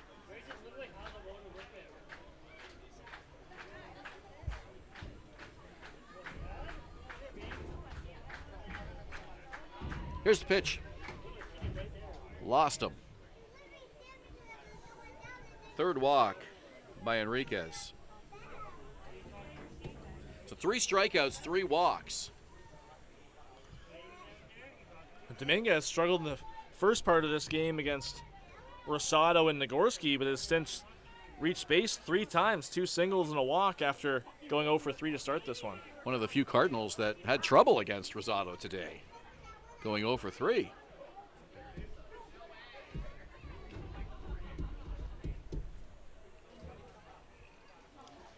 Seven runs, 13 hits for Hamilton. They're looking for more. Here's Tyler Duncan.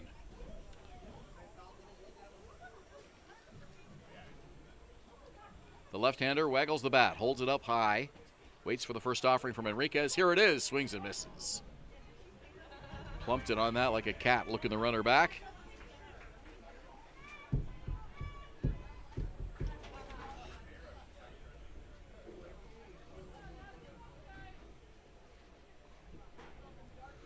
Dominguez at first doesn't have much of a lead. Being held on by Nolan Macabrota. Here's the pitch. Breaking ball for a strike. A well-placed breaking ball there from Henriquez. Yeah, curious to see why Dominguez isn't even really trying to go for a lead. Obviously, it's not necessary to steal second base this point in the game, up 6 in the 9th, but he's barely a stride off the bag on the last pitch. Now he's got about a step and a half. Here's the pitch. Called strike. That's the 3rd strike. It's brought to you by IMP North and give Ramon Enriquez 4 strikeouts and counting. Here's Brandon Nickel. First time Tyler Duncan's been sent back to the dugout in this game. Got on base his last 4 times up. Brandon Nickel now. Runner on, 2 out. We're in the top of the 9th inning.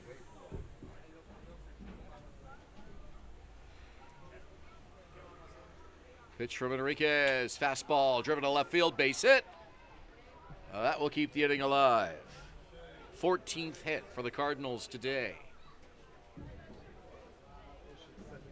If you're Hamilton, you got to be really happy with the way this offense is kicked into overdrive here today, and a good sustained attack throughout this ball game. Really spreading that offense out and trying to get some momentum for their first round playoff series. They only had 6 hits yesterday and still came out with a 6-1 win. An abundance of offense here this afternoon against the Barrie Baycats. Swing and a miss by Jaden Brown. And that fastball by reliever Ramon Enriquez. That hit for Nickel, his third of the game. He had 2 yesterday, including an RBI. Here's the pitch. On the corner for a strike. 0-2.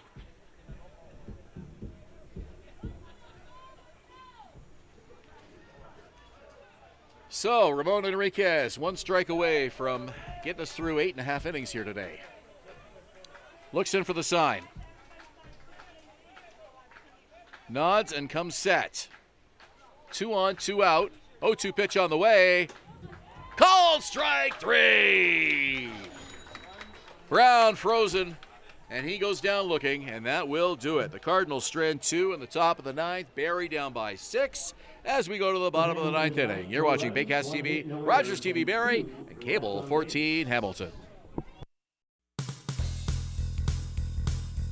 Join us this summer at the Baycats Summer Baseball Camp.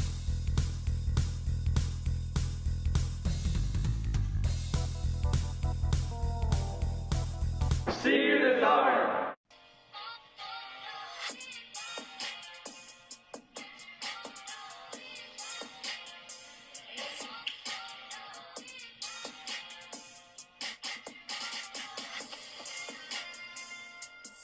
Visit Alliance Billiards and Sports in the northeast end of Barrie. A fun, friendly family environment offering pool, darts, karaoke, and live entertainment. Enjoy a large variety of delicious food and drinks on the patio. You'll come as a stranger and leave as a friend.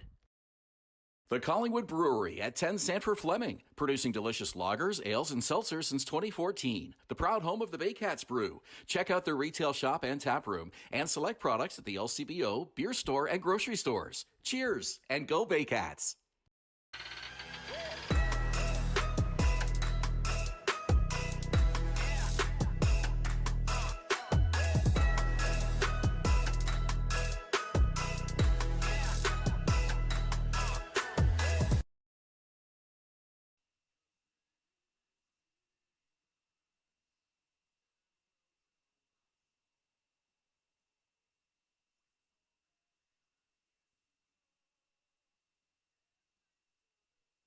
Ninth inning of play, once again, brought to you by United Way Simcoe Muskoka, making poverty unignorable. To learn how you can help, you can visit uwsimcoemuskoka.ca. Last call for the Barrie Baycats, trailing by 6. This offense has been quiet today.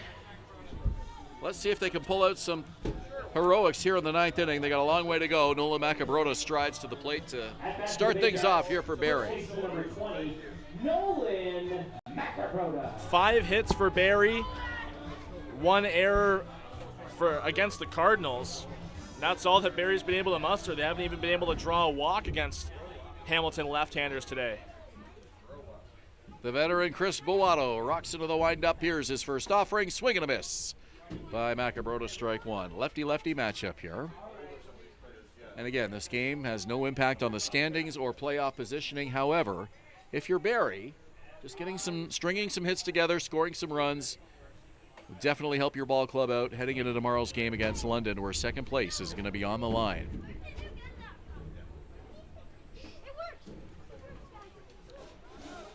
Just the offense needs to get rolling here. They've struggled kind of on and off the last few games of the season. Even if you're Juan Benitez watching this game, you want to have confidence that your lineup behind you is going to get more than a run or two. Nothing worse for a pitcher than feeling like you have to scratch out a 2-1 win. This lineup is capable of much more than we've seen here today. including this game, the Baycats have failed to reach double-digit hits in 5 of their last 6 games. And that one was that 20-4 beatdown of the Maple Leafs. That's an interesting stat.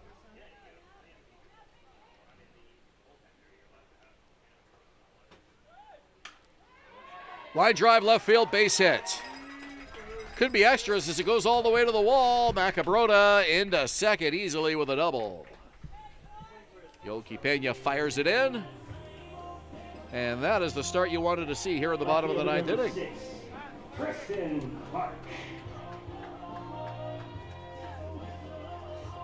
Noah Macabrota has stated to me his confidence hitting ahead of Tristan Clark in the lineup kind of consistently all year long, and getting that leadoff double could be huge, ahead of a guy that has been kind of an RBI machine for this team in terms of driving runs in when needed to, hitting so well with runners in scoring position, Tristan Clark. First-year Baycat has put up some outstanding numbers here in his debut in the IBL. Swings and misses at the first pitch from Boato for a strike.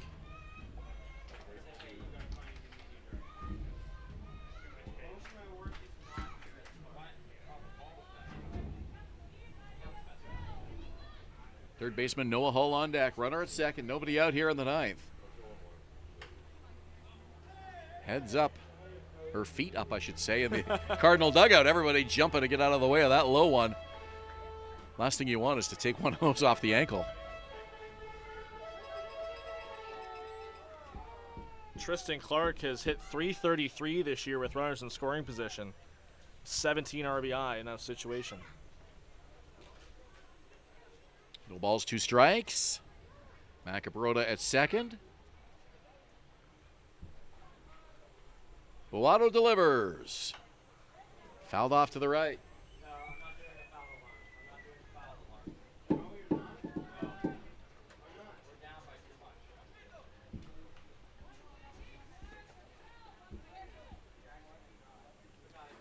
Right-hander warming up in the Cardinal bullpen. Nobody out. Boato delivers. Down the line. Foul ball. Yeah, that's Stephen Hospital warming up, right-hander. That one under the shoes of Dana Case, who leaping to get out of the way. Hospital took the loss the last time these two teams played. That was in Hamilton, another extra innings game. No balls, 2 strikes.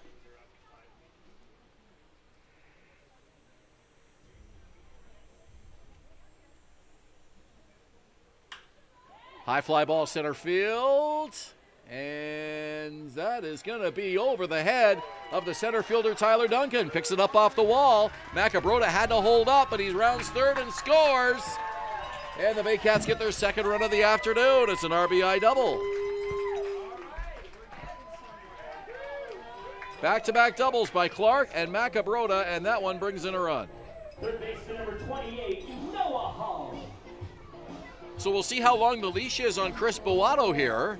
With the right-hander warming up, certainly the Cardinals don't want to give the Baycats any hopes here in this bottom of the 9th. The lead now 5. And still nobody out. And the way this middle of the order has kind of been able to string hits together at points this year has been really impressive, as we're going to see Angel Castro come out for a mound visit.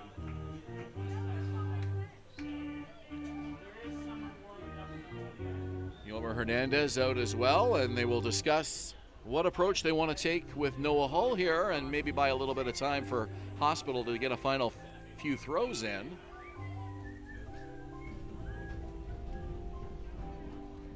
I watched Angel Castro throw batting practice today, briefly. I've never seen anyone throw batting practice the way he does. He throws it like a sidearm. Oh. It's like so funky. Interesting. Like when you have that L screen set up, you usually you guys kind of come through where that cutout is. No, he comes around the side. Former big leaguer. Knows the thing or two about pitching. So he has said whatever he had to say to Chris Boato, and they'll leave him in here to face the lefty Hull. Perhaps that was part of the decision as well. Clayton Key's on deck. So this may be Boato's last batter. We'll see. Still nobody out here.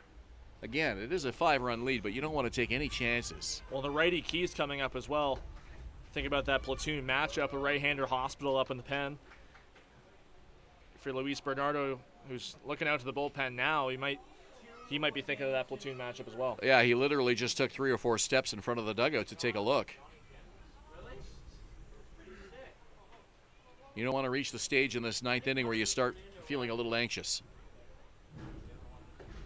That one misses, low and away. Perhaps Boato's getting up near his pitch count for the day. Situational lefty, but he's been in for a while.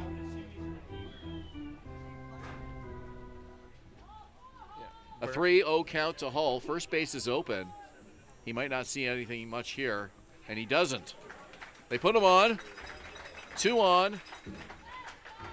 The table is set for Clayton Keys. Just saw Bernardo give the signal, that tip of the hat out to the bullpen, and here it comes out towards the mound. It looks like that's going to be the end of the line for Chris Boato.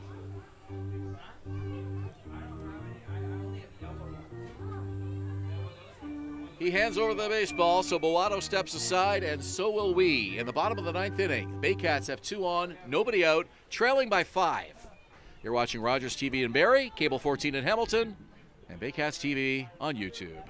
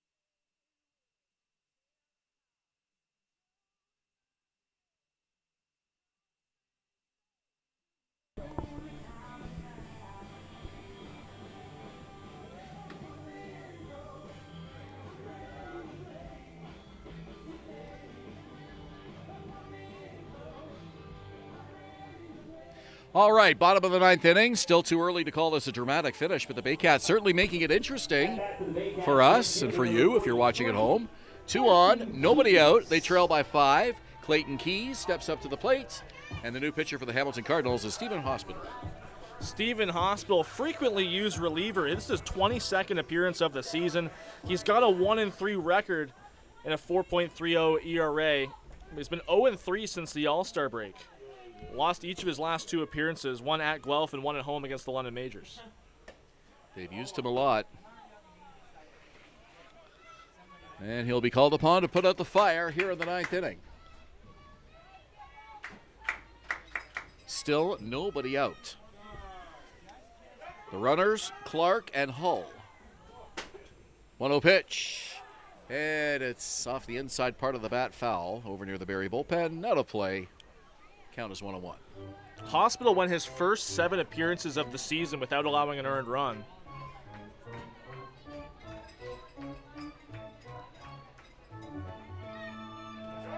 Well, that tells you he's certainly struggled lately. ERA up to 4.3 now. He's faced Barrie twice already this season, has allowed 3 earned runs in an inning and 2/3 across those 2 outings. Checks the runner, kicks, 1-1 pitch on the ground to third, and it's off the glove of Brown, and everybody is safe. that was going to be a tough play for Brown no matter what. He had to kind of leap in the air, a long bounding ball off the bat of Clayton Keys. Wouldn't be surprised if that ends up getting scored a hit. I've written hit in my scorebook. Yeah, I have too. Tough play and a gratuitous hop in Keys' favor. Loads the bases with nobody out. Here's Andrew Johnston.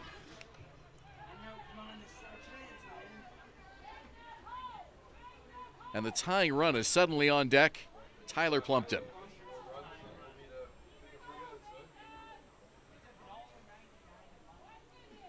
Clark, Hall, Keys, all aboard for the Baycats. Hospital deals. First pitch strike.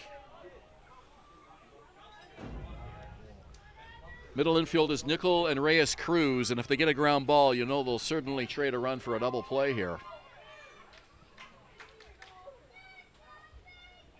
0-1 to Johnston. On the ground, up to second, and the ball is bobbled, and they step on the bag and get the out. A run scores. So Clark is in.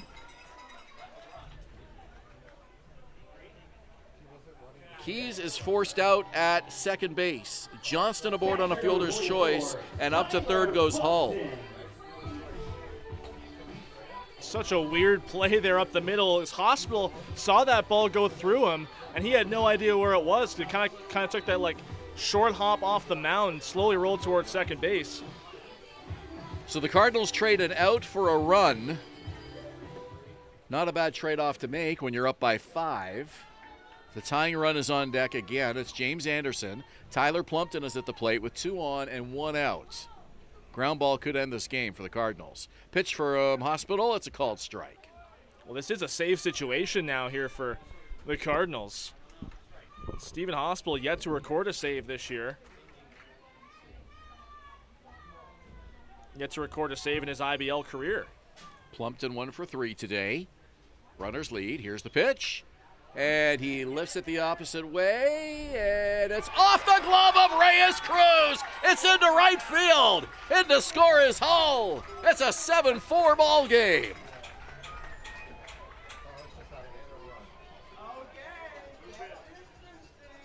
Well, a ball that he could have caught but didn't. It just skipped off the end of his glove. It looked like he had a beat on it right off the bat. It was just kind of a looping flare out to shallow right field. Reyes Cruz, not sure if he might have lost sight of it a little bit, kind of in his trajectory, but he dives and just can't quite get a hold on it. James Anderson is going to walk up the third base line and chat with his coach, Andrew White. Conference on the mound as things suddenly starting to get dicey for the Cardinals here in the bottom of the 9th inning. And Fernando Rodney's warming up, and it looks like he's on his way out. They are going to bring in the big man, and that is it for Stephen Hospital. Not the appearance that they were hoping for from him, but he'll get some handshakes as he heads back to the dugout. So his afternoon is done. We'll step aside, and Fernando Rodney comes into this ball game to try to close the door when we return. Don't go anywhere. 7-4 Hamilton in the bottom of the 9th. You're watching Baycats TV on YouTube, Rogers TV Barrie, and Cable 14 in Hamilton.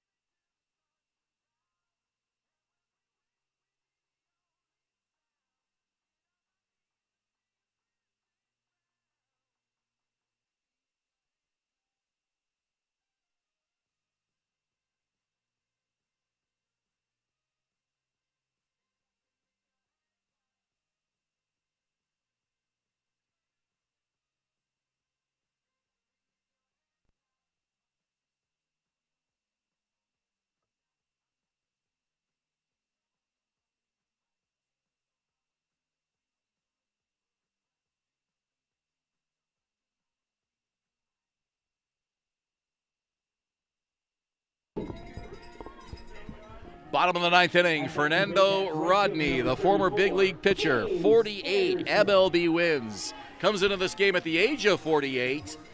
One out here in the bottom of the ninth. He'll face James Anderson. 17 innings this year for the former big leaguer, World Series champ, 1-2 record, 3.7 ERA. His first IBL save was in this ballpark the last time the Cardinals were here, and he's in another save situation again.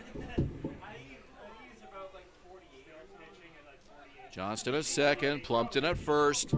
Anderson representing the potential tying run. Swings and misses at the first pitch, strike one. Last big league appearance, 2019 for the Washington Nationals. Joins the Hamilton Cardinals here for his first year of IBL action. 0-1 pitch. Gets it over for a strike. He's ahead of Anderson, 0-2. On deck, Noel McGarry Doyle. Anderson just trying to keep this ninth inning going here. One out, two on. 0-2 the count. Rodney's pitch. Inside the Cardinals dugout, yelling, hey, thinking they got the third strike.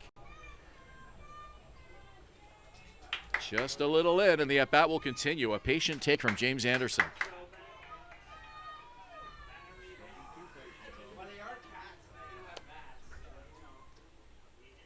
Rodney to the belt. 1-2. Swing and a miss. Strike three.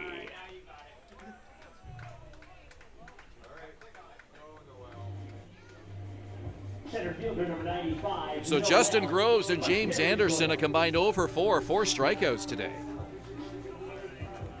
But I think if you're Josh Matlow, now you know that both of them are qualified for the playoffs, so you're content with that. Noel McGarry Doyle has yet to reach base today. He's 0 for 4. Biggest at bat of the afternoon for him right here. 2 out in the inning. Rodney's first pitch inside.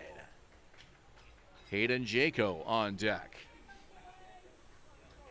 So McGarry Doyle represents the potential tying run. Jaco on deck, the winning run. 7-4 Cardinals. Bottom of the ninth. Rodney's ready. Delivers. Up high. The throw down to second. The tag not in time. Heads up, Andrew Johnston at second. Got the foot back on the bag ahead of the throw by Yammer Hernandez. Yammer Hernandez tried a back pick like that earlier on in the game, and it cost him. Only error on the board for Hamilton so far today. 2-0 coming up. Here's the pitch. Inside corner for a strike.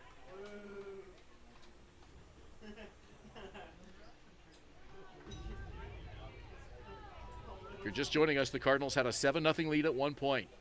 Barrie got on the board on the 7th, and then 3 here in the bottom of the 9th to make it 7-4. Here's the pitch from Rodney. Fouled off at home plate. It's 2-2. And now the Cardinals a strike away from putting the finishing punch on this one.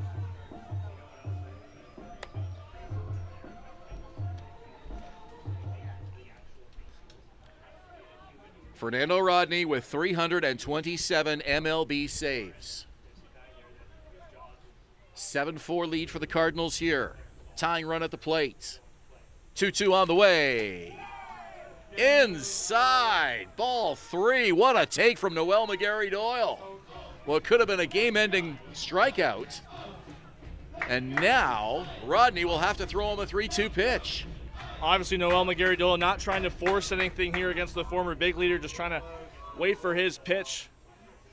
Dramatics I don't think anybody saw coming here this afternoon at Athletic Kulture Stadium. 3-2, 2 out. Here's the pitch on the way. Swing and a miss! Fernando Rodney closes the door, and the Cardinals win this one by a score of 7-4. Second time Fernando Rodney has shut the door and gotten the save against the Barrie Baycats here on this field this year. 7th save of the season for him.